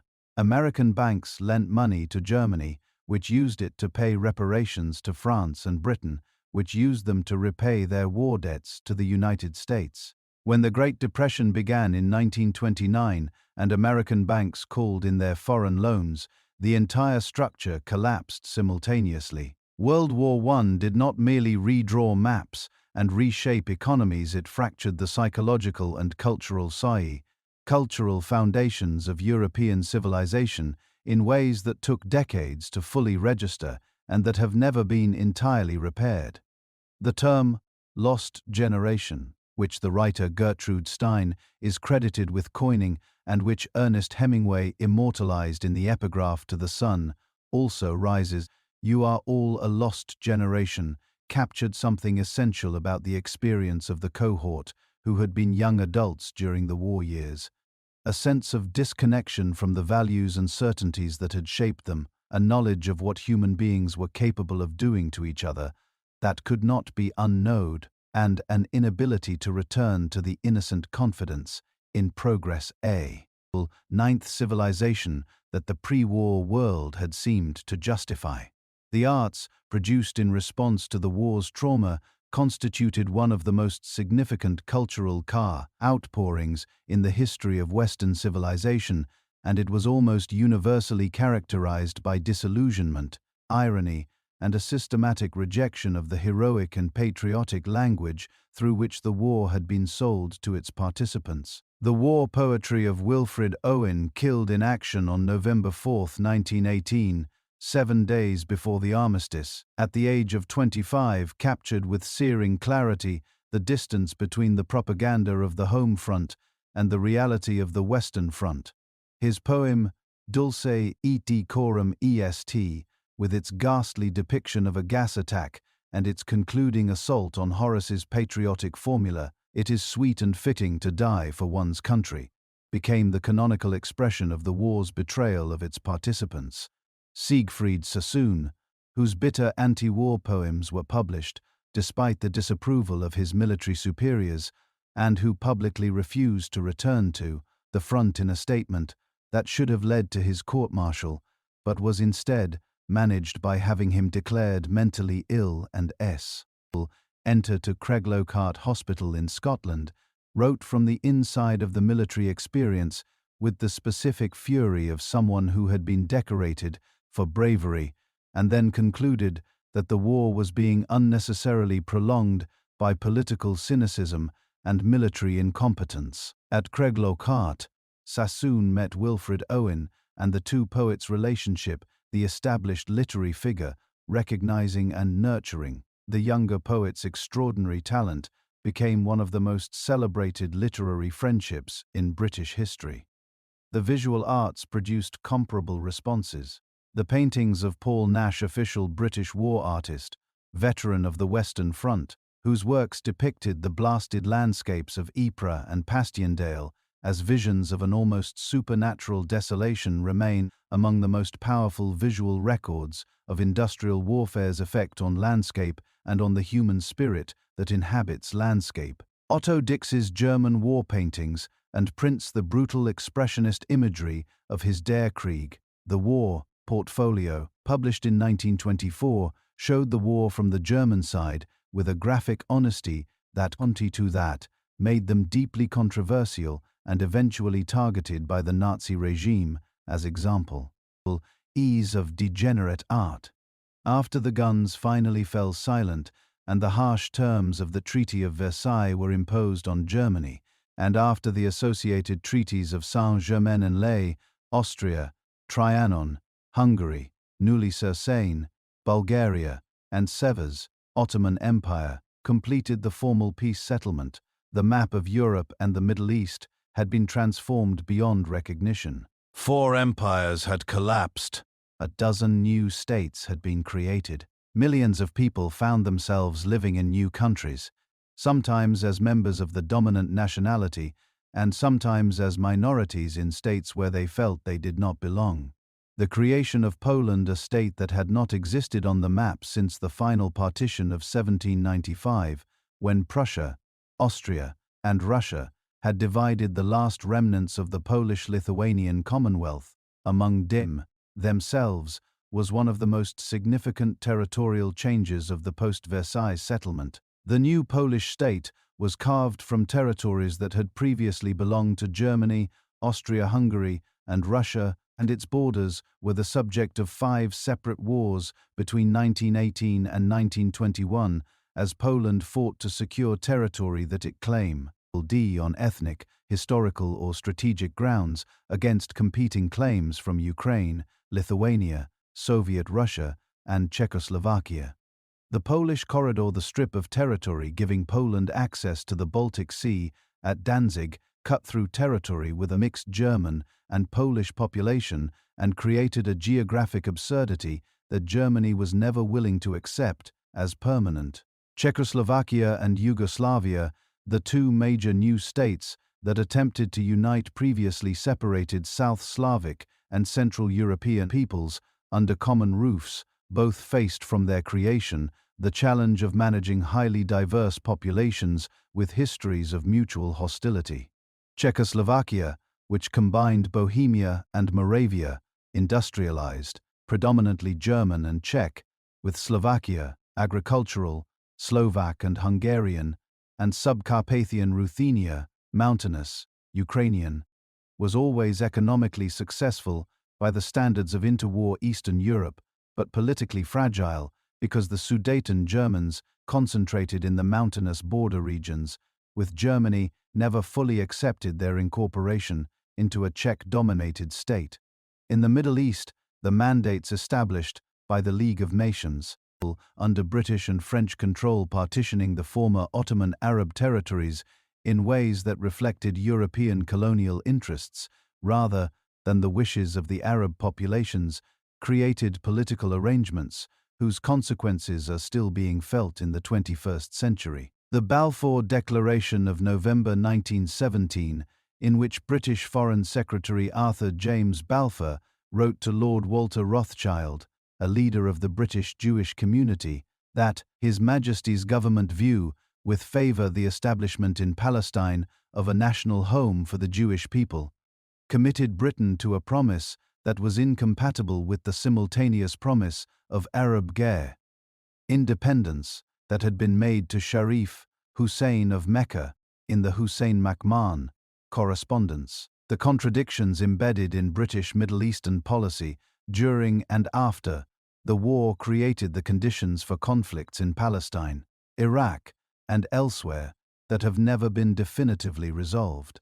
The end of World War I did not bring the lasting peace that Wilson and millions of ordinary people around the world had hoped for. Instead, the peace settlement of 1919 created conditions in which a second and even more destructive war became, if not inevitable, at least extraordinarily likely. The connection between the 2 world wars was understood almost immediately by those who had participated in the peacemaking. The French Marshal Ferdinand Foch, who had commanded the Allied armies to victory, reportedly said when he saw the terms of the Versailles Treaty, "This is not a peace, it is an armistice for 20 years." He was almost exactly right. World War II began 20 years and 65 days after the signing of the Treaty of Versailles. The mechanisms by which World War I created the conditions for World War II were multiple and interconnected. The war guilt clause and the reparations it underpinned created in Germany a sense of national humiliation and injustice that was politically toxic. The stab-in-the-back myth, the false but emotionally powerful narrative that Germany had not been defeated on the battlefield but had been betrayed by socialist politicians, Jews, and defeatists on the home front, gave extremist movements a ready-made explanation for Germany's defeat that absolved the military from responsibility and focused blame on internal enemies. Hitler and the Nazi Party exploited this nation narrative with extraordinary skill, but they did not create it. It was already widespread in German political culture before they emerged as significant forces.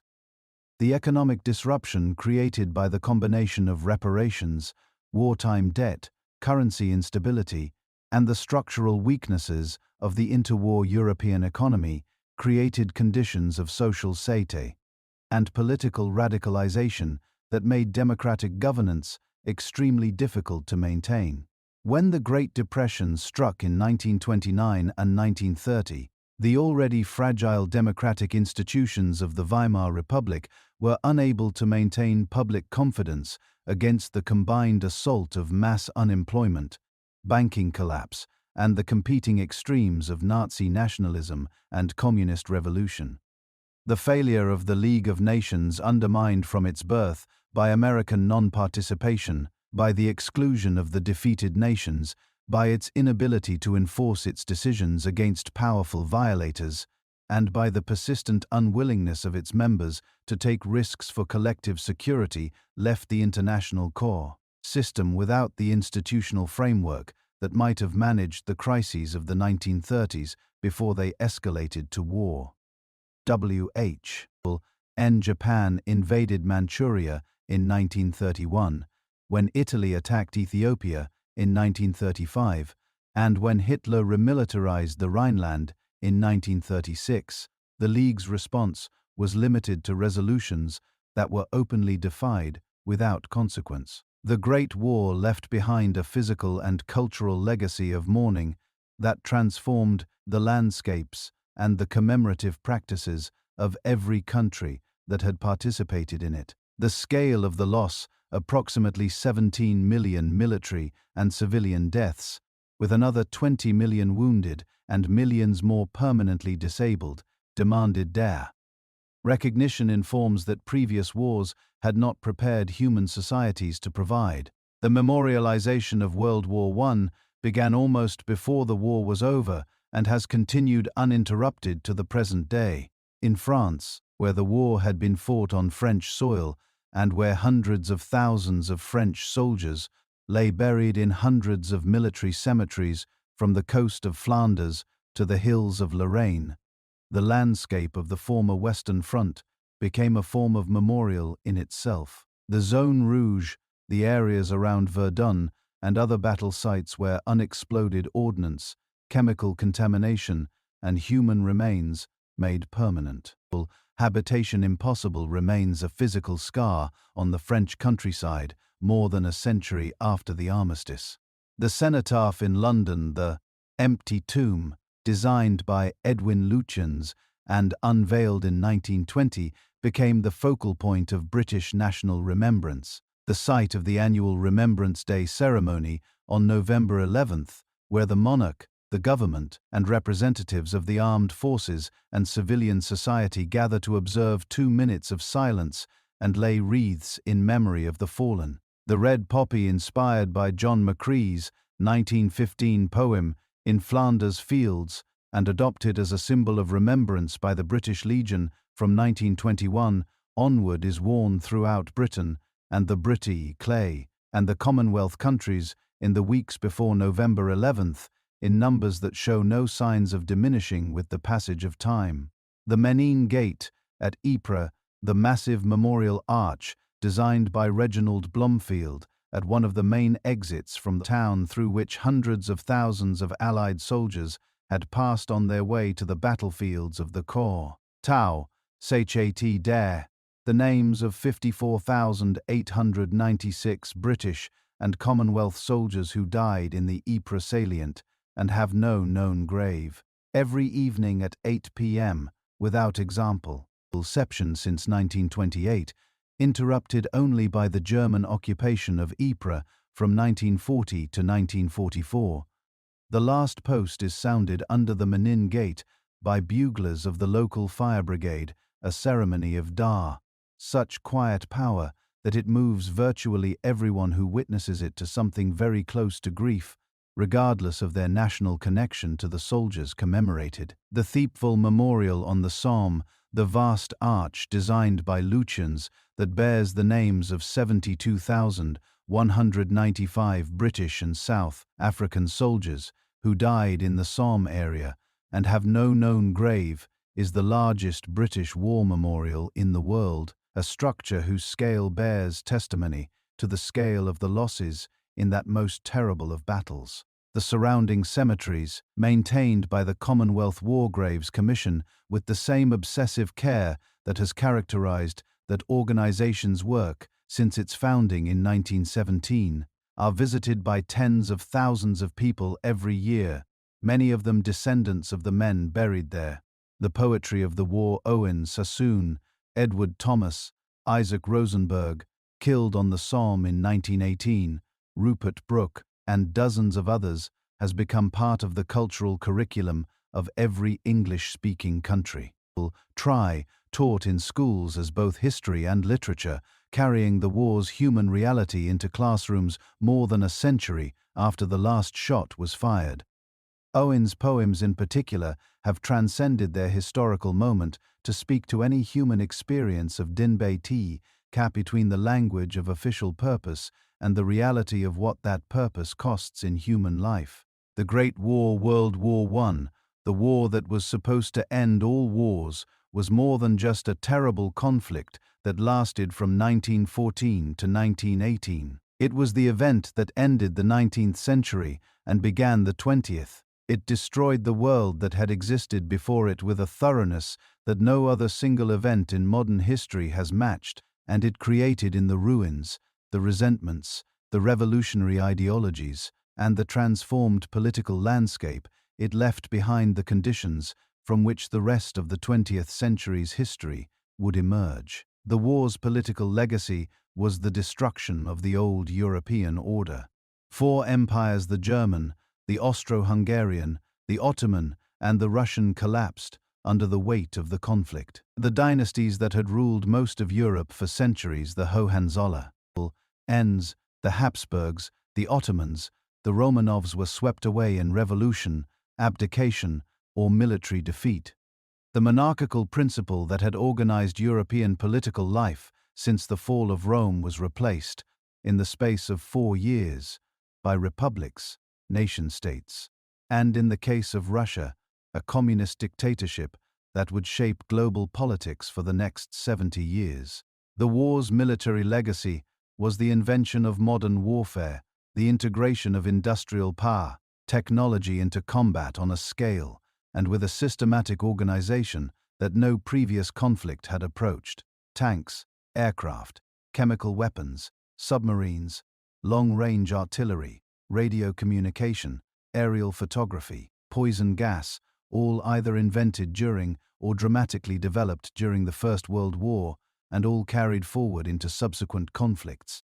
The tactical and strategic lessons of the war, combined arms warfare, air superiority, logistical sustainability, the importance of morale and leadership, became the intellectual foundation of military doctrine that shaped the Second World War and every major conflict since. The war's economic legacy was the redistribution of global financial power from Europe to the United States.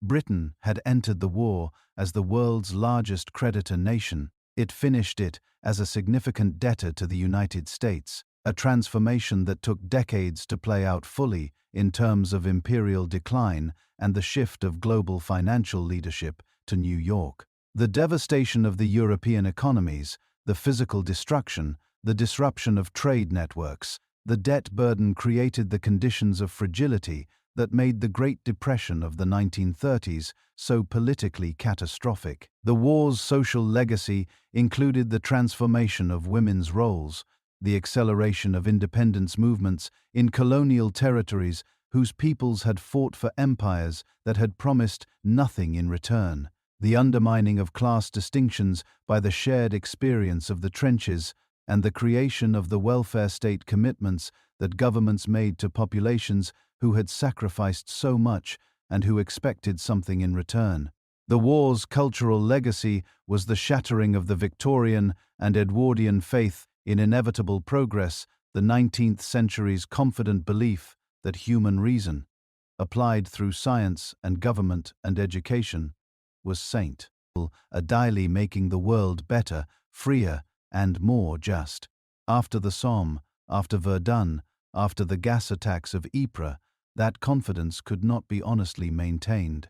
The modernism that dominated the arts of the 1920s and 1930s, with its fragmentation, its irony, its refusal of consoling narrative, its insistence on representing reality without the filters of conventional sentiment was in large part a response to what the war had revealed about human nature and human civilization. Most fundamentally, the war left behind the knowledge that industrial civilization was capable of destroying itself, that the same scientific and organizational capabilities that had built railways and cured diseases and educated populations could, when directed toward military purposes, produce a killing machine of efficiency and scale that made all previous warfare look limited and primitive. That knowledge has shaped every subsequent decade.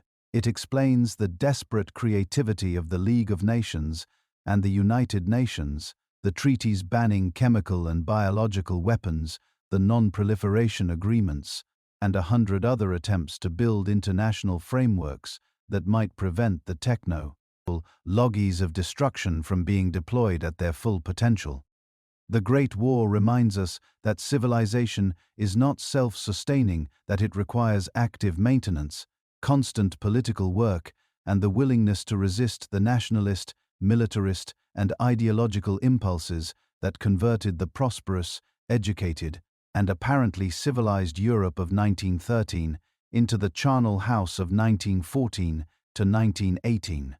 It reminds us that alliances intended for defense can become mechanisms for catastrophe, that military plans made in peace can override the preferences of rulers who discover in the moment of crisis that they did not actually want what their plans were designed to produce, and that the costs of war are always greater and more enduring than the most pessimistic forecast made before its beginning.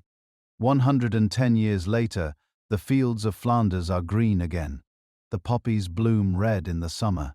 The white headstones of the Commonwealth War Graves Commission stand in their tens of thousands under the Belgian and French sky, each one marking a human life cut short by the consequences of decisions made in chanceries and general staff offices by men who did not understand what they were, resetting in motion.